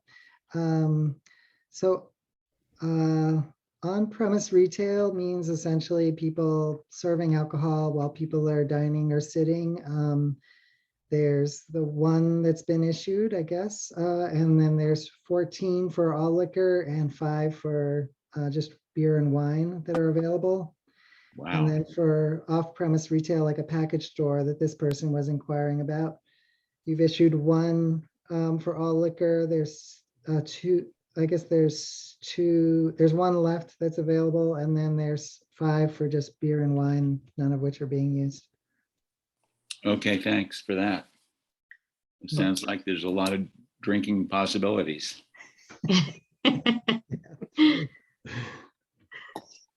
And the person who was looking for information was interested in off-premise retail? Yeah, it sounded like a package store. And it didn't sound like they were specific about, they wanted to know if there were licenses available for each beer and wine and all liquor. So Riz. Okay. Okay, Glenn, thanks for checking that out. That's good to know. Yep, Yeah. and I have resources for the future if they ever do, actively pursue a license, then I know who to talk to at ABCC and I have some sense of the process going forward. So that's useful. Great, thanks. Excellent. Okay, I think we're gonna go to the vice chair role as our next item, which Dan has been working on, but I specifically wanted to move up just electing a vice chair because I will be out of town a few times this summer, starting, and one of them is next week. So just in case there's a need, it would be good to have someone in place. And I don't, do we need anything else from what you were working on, Dan, to just go ahead and do the vice chair? I think we can, and I'll move that we create a vice chair position for the town of Wendell. All right, I'll second I'll that. second. Any discussion on that? All in favor? Aye. Aye. Aye. Any opposed? Okay, and I will nominate Dan Keller to be the vice chair of Select Board. Second. Any discussion? All in favor? Aye. Aye. I'll abstain from that one. Okay, Was Gillian the second on that one, I'm assuming? Yep. yes, Heard a second from Gillian. all right. That was Thank you. nice and easy. You both. And since we do have that subject on the agenda sort of at the moment, we did have process on the agenda list a while ago, but that seems to have disappeared. But we have vice chair on. So under that agenda item, I would just say we've done some research on other towns and rules for procedure for select board. And let's put that on the agenda for next meeting. But introduce it now as a subject. And if anyone has any thoughts on it right now, they could share them. But it's a big change, or it could be a big change for Wendell. So it requires some thought and deliberation. But any quick thoughts right now would be good, and I can keep working on it until next time and just send documents out as they get further refined. One thought I had, sorry, Gillian, I'll just say quickly, I think you had said something about public comment in the beginning, which my thought is I sort of like our informal way that we do it where people can just talk at any time. So that would just be one thing I might like to keep as an informal way. And sometimes when meetings have such a limited public comment, you can't even like ask and answer questions later in the meeting, which just limits information sharing. Mhm. So yeah, I do like our informal, the way we do things that way. Go ahead, Gilly. Well, I was going to say that I like having public comment on the agenda because I think it invites public comment. I do think, sometimes there's meetings that I've attended, large board meetings, things where you can only speak to the items on the agenda during that public comment time. In some ways, I do feel like that helps because it doesn't get you off agenda, off topic. Depends. But I do also feel like it invites input from others, saying we're welcoming public comment. Maybe we need to agree that there's room for discussion during the rest of the agenda, if it's allowed by the chair. Just again, so we don't get too off topic, but that there's room for that.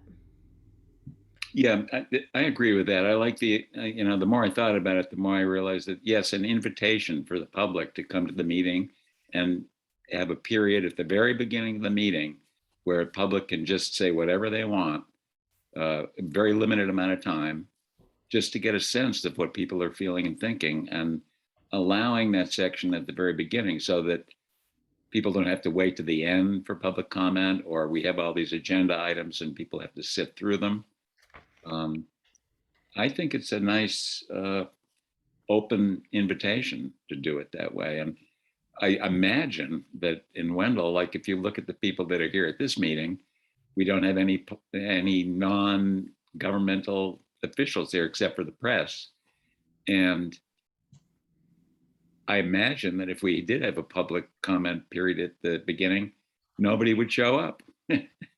But maybe somebody would. And then they have their 3 minutes and we go on with our agenda from there. So I support it the more I think about it, but we can further discuss it. Now, and sorry, and I'll just reply.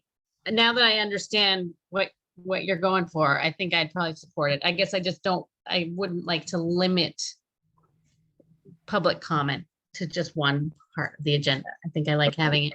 I agree with that completely. Okay, good. Have public comment all the way through. It's fine with me. Okay, But subject to the chair. Anna, go ahead.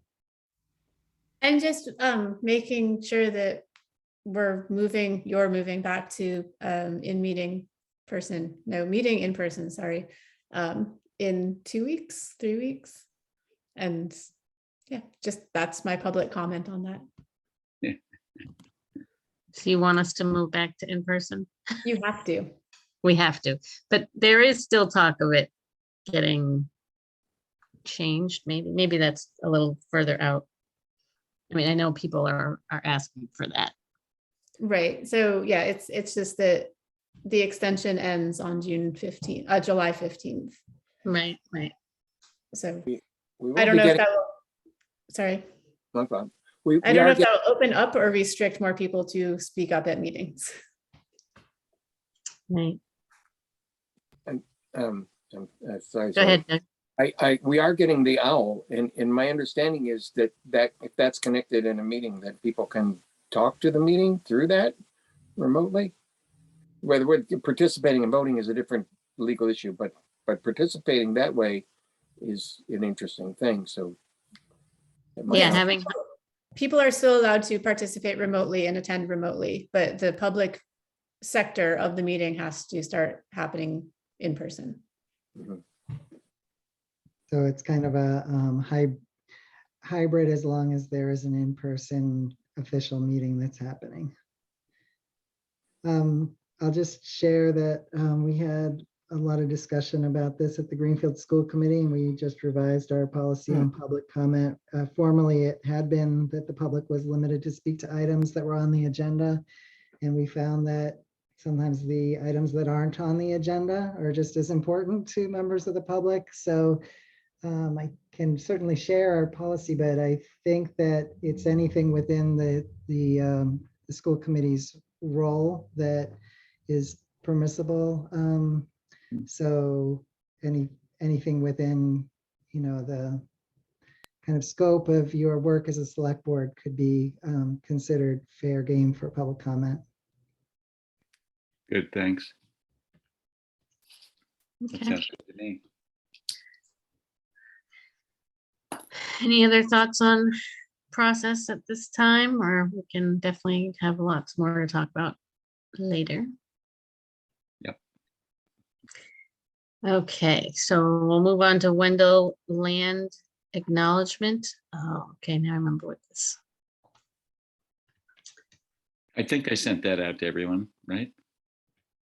Yes, It's essentially an acknowledgement that we stole the land from somebody. We're doing our best to acknowledge it. I'm aware that this is being done in many communities. Dan Leahy's got his hand up. And go ahead, Dan. Hi, yeah, I swung by the town offices today to look at the bulletin board, the meeting board, and I saw your agenda and I saw this land acknowledgement, and it caught my attention. I think it's an important thing, but I guess I didn't have a chance to see the document. I don't know if you're going to actually vote on it tonight. I think it would be great potentially to have a, a public hearing on the land acknowledgement. And this came up in our survey for the Open Space Committee. I know Carol Roselle was really interested in this kind of topic, and so is the rest of the committee, because I just want to say, since this is we're working on our 4th open space plan in Wendell. They're obviously updated, every 7 years or so. It's mostly every decade. But one of the interesting parts of the Open Space Committee in the past, where it has Wendell's history, there's no acknowledgement that the Native Americans lived here. And that's one thing that our committee in this update is committed to acknowledging, and we've been doing research on it. It's not an easy, especially if we don't have this expertise, but we're looking for it.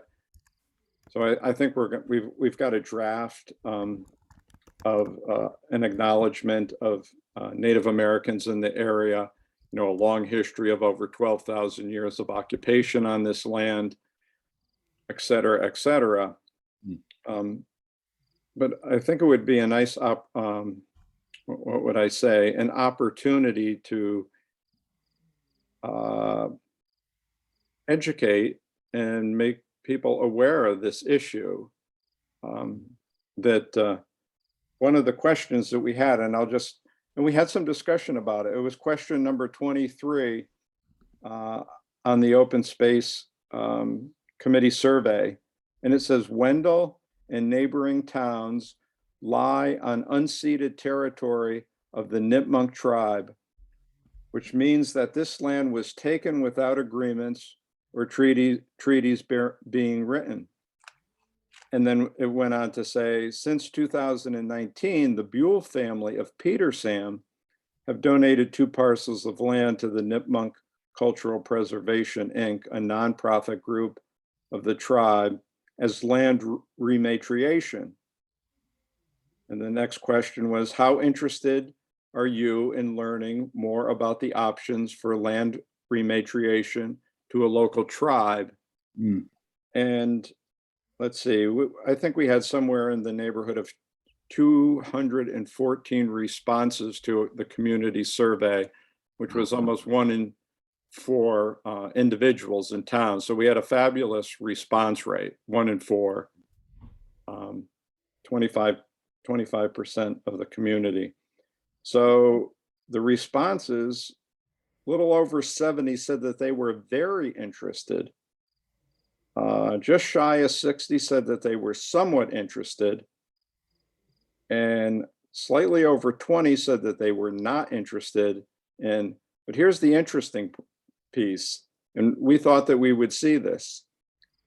50 responses said, I need more information, because we discussed in amongst ourselves rematriation, the idea of, this land was taken without treaties, et cetera, but not everyone is obviously tuned into these issues, and it can be confusing. So when I saw that I need more information at 50 responses, which was pretty high, I thought tonight would be an opportunity to say, let's maybe have a public hearing about this and share a draft.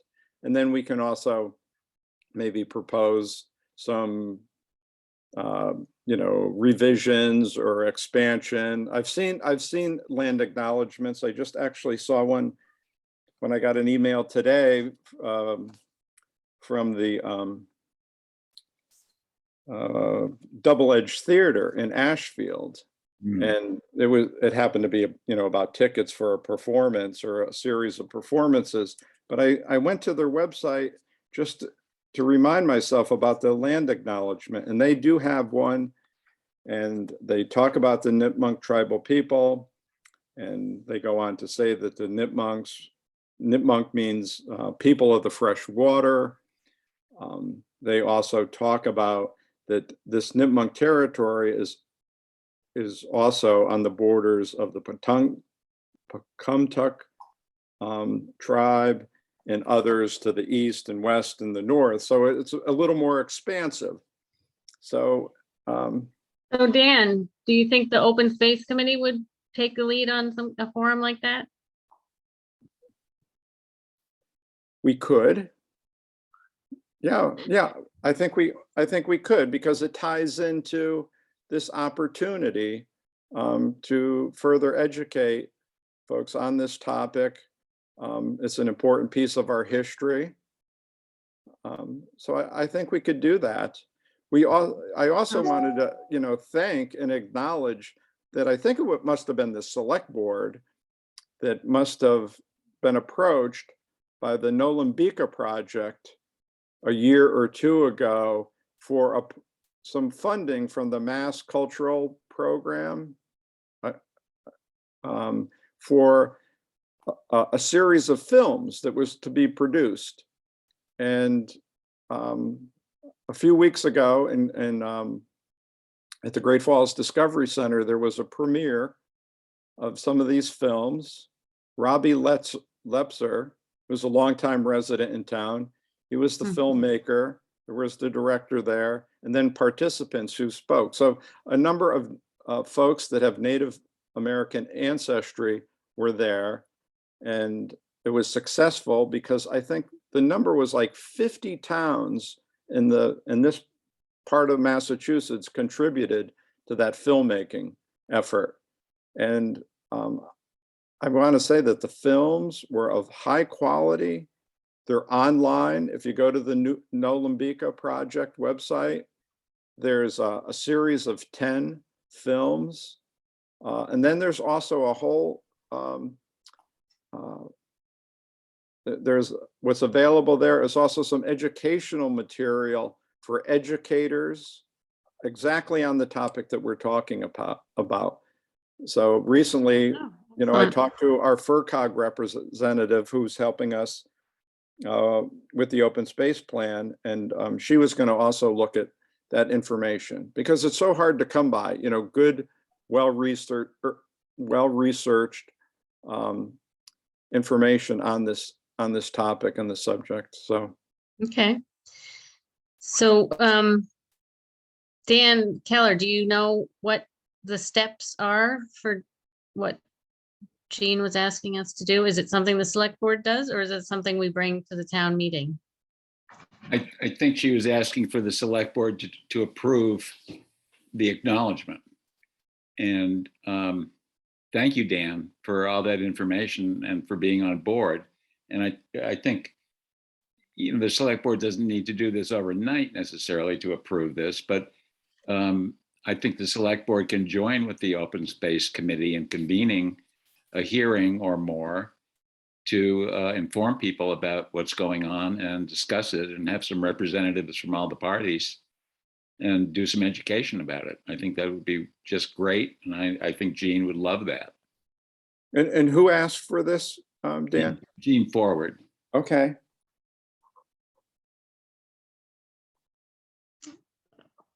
And Dan, the note you sent said, she suggested and place it before a future town meeting, and whether she meant that was like an annual town meeting that we had the townspeople vote to Right. adopt this acknowledgement. I think she wanted the select board to approve it and then to bring it to a town meeting. It doesn't have to be the annual, it could be a special, but any town meeting, I think, might be more appropriate at the annual. But in fact, probably the annual would be good if we have maybe some hearings before that. I would agree. Glenn? I was just gonna say, I'm wondering if she was asking the select board to approve it and then start the annual town meeting with the land acknowledgement, or whether she was actually asking for a town vote on affirming that, affirming the land acknowledgement itself. I'm sorry, I don't get the question. Oh, that, like a lot of times a big annual meeting, like an annual town meeting would be a place where you would state the land acknowledgement as kind of part of the opening of the meeting, to say we're meeting here and we're meeting on this land and this is our land acknowledgement statement. So whether she was asking the select board to essentially approve the statement and then start the town meeting with that statement, or whether she was asking the whole town to vote on the land acknowledgement statement as a resolution or something. Yeah, I think it doesn't necessarily have to be at the beginning of the meeting, but I think she was asking the select board to bring it to an annual town meeting and approve it in advance of that. Got it. Okay. Doug? Question. I was probably one of the people who put more information down. I don't know what the answer is, and I don't need to know the answer right now, but just want to encourage open space to be sure to know how to answer questions like, if someone rematriates land, what does that mean? Who can use it? What can be used for? What happens to it? Do they pay taxes? Do they not pay taxes? Can they have, do they want to live on there? And do they become the controllers of whatever goes on there? Questions like that, I think would come up. Yeah. Sure, Doug, we had lots of conversations about that. And it's not something that, like, we're not going to talk about rematriation anytime soon. It was really about to kind of test the waters, like what's the interest in town. Mm-hmm. But I do say that based on the history piece that we need to put together in the open space plan update, I think it would be a natural thing for the open space committee to work with the select board and to Gene forward on this land acknowledgement. First step. Yeah, that would be step one. Step one, yeah. Okay. So it sounds like we're not going to do anything tonight. This is going to be an ongoing thing that we will fine tune and Yeah. definitely I think we're. So if someone could send me a copy of what Gene sent, and then I can reach out to Gene and then the rest of the members of the open space committee. Did Dan? I sent it to you. The land acknowledgement, I forwarded that to you. Okay, great. Thank you. You're welcome. Thanks, Gillian. All right, awesome. We have a plan. Anything else on that topic? All right, we put Audubon camperships, but I think I had sort of suggested that thinking we are already going to need to make a decision, but we can wait till next meeting on that, right? So I don't think we need to talk about that. So I guess we should maybe skip to topics not reasonably anticipated because we don't want to go into executive session yet. And I had one, which was that the prom committee wants to rent the town hall or wants to use the town hall on Saturday to do some filming, and they want to rent 70 chairs. And this is a last minute thing that I knew I talked to Mez about it, and I kept saying, well, we have these applications that we want people to fill out, but I'm not sure how that's even possible with the time frame we have. But I did check, and the kitchen is being rented in the morning. I assume that that'll be out before the prom. People want to be in there. I don't know if anyone has concerns or what we think about whether or not we want to let them use the town hall and the chairs. Good with me. Do we want to have them fill out an application after the fact, or how do we go about that? I did mention to Mez that might be something we might want. And, yeah, I mean, it's the prom, they're, I guess they truly don't have a real town affiliation. So I kept trying to say, if you can find somebody to sponsor you, we might be able to waive the fees, but I'm not sure if that's going to be something they can do. But I did tell her what the fees were, and she didn't seem to think that was too bad. Do we waive fees for chair rental? I didn't know if that was something we've ever done, or is it just for the space rental? I don't remember waiving the fee for the chairs, but Fees are extremely low. I know, that's why, yeah, she said. It's she didn't- almost like why, a but big I deal. guess it's to have some kind of reason for people to return the chairs. yeah. I think so. And I still would like to figure out a way that we could use either the money that we receive from Good Neighbors each year, or the money we receive from rentals to purchase the Buy carts new and the chairs. chairs, so they're a little safer to operate. Mhm. And so I don't know how fiscally we go about that, or Can you repeat what the item is that would make it safer to operate? so there's the folding chairs are in these big carts, which are getting pretty wobbly, and they're really long, so they're extremely heavy to move. And I think if we purchased some new ones that were half the size, so it might mean we have 4 instead of 2, but Yeah. they would be much more manageable and safer to move around.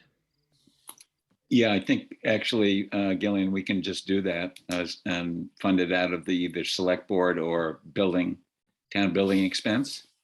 Okay. And not worry about the fact that the money is coming in from the chairs and that'll replenish the expenditure. Okay. If Doug agrees with that, I don't know if he's still listening, but I think we can just go ahead and buy them. Okay. I'll start. No, we talked about new chairs too at one point. I think I don't know. I've gotten a sense there's less interest in that. I mean, we sort of I know we disposed of a few this year that were broken. I don't know at what point we decide we want new chairs, but Or cushions. cushions. Yeah. I heard the cushions do need to be replaced. Yeah. Thought. Yeah. Yeah. So, I can price things out and then we can just have a discussion about it. Good. so going back to the prom, Mez is on Good Neighbors, so she already has a key. So is it okay to just call her and tell her it's okay and they can go in and get their chairs?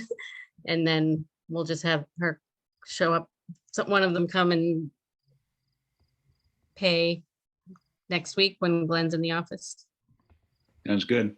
and hopefully fill out a form if you want that to happen. Sounds Yeah. good. I think All the right. more we reinforce that happening, hopefully people will think of it ahead of time. Yeah. Right.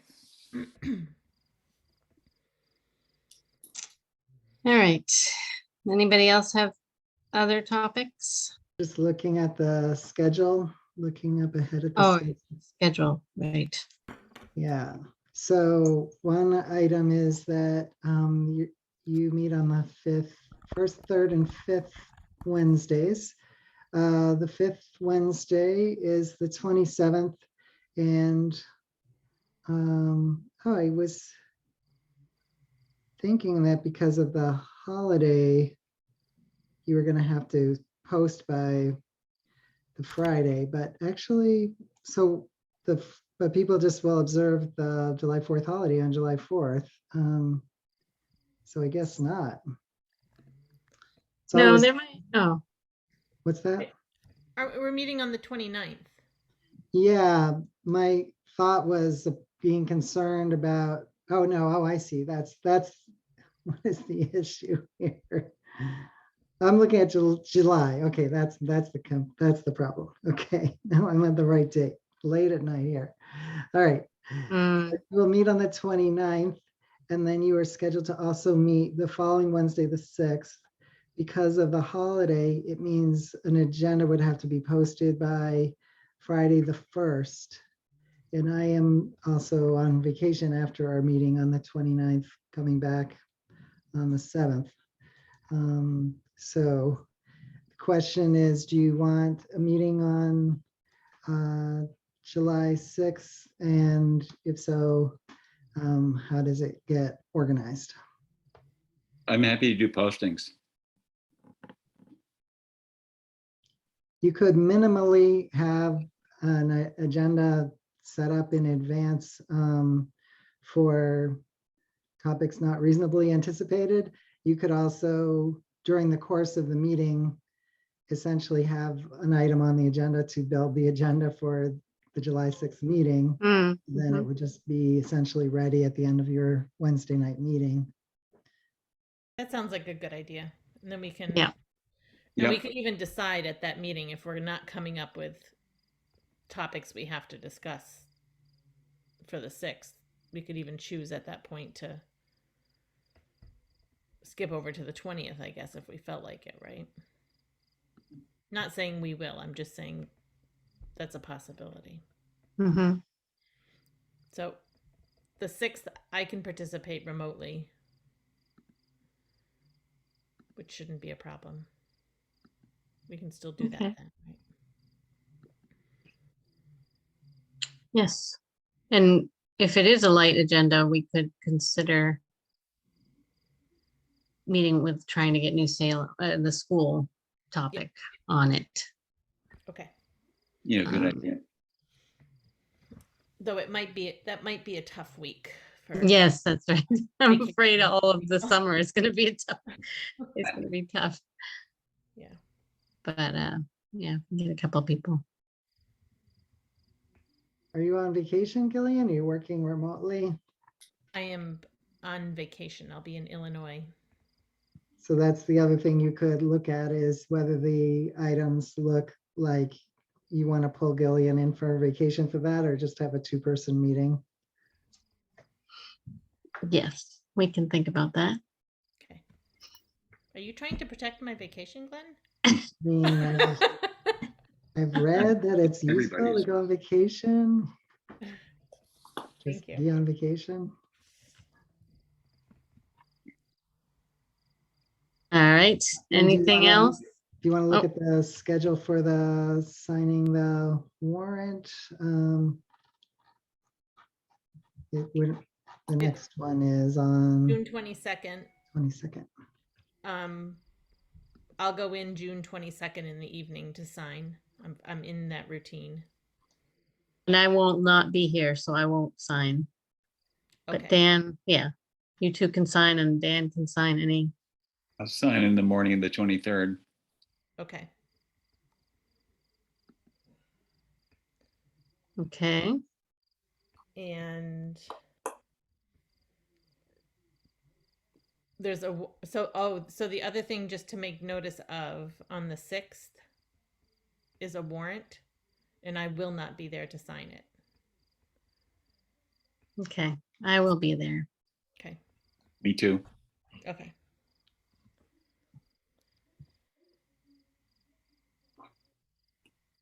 Hey, Mitch, you are taking care of the transfers that have to be signed, and the one that gets messed up that was rejected. So when we go in to sign for Kentfield Bridge, we should also sign that. Doug, is it in the mailbox or is it in on the select? I don't know. Glenn has it. I mean, whichever way Glenn and Carolyn decided they want to do it. Yeah, have when they I changes or redo it or what? when I got it, I didn't think about you all needing to re-sign it. So I think that Joy filed our copy of it. So,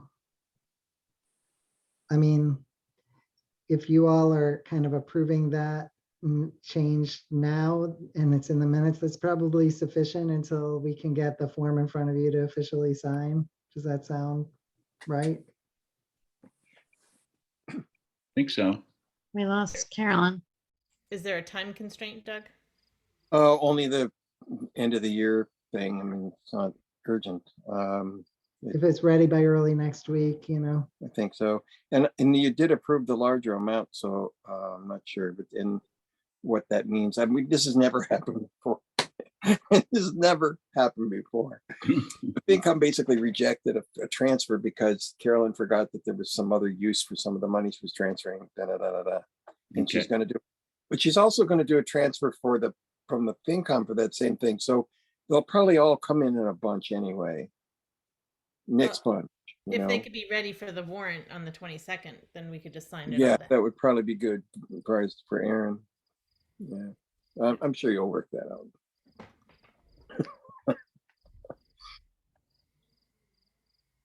All right. All right. I'm getting Any tired. other not reasonably anticipated topics? I'm good.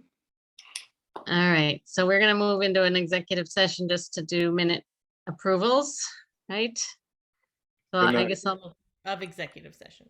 Thank you. good night. Good night. I'll make a motion to move into executive session to comply with or act under the authority of any general or special law or federal grant in aid requirements, just purpose 7. And we do not expect to return to. And we public don't expect to return to open session.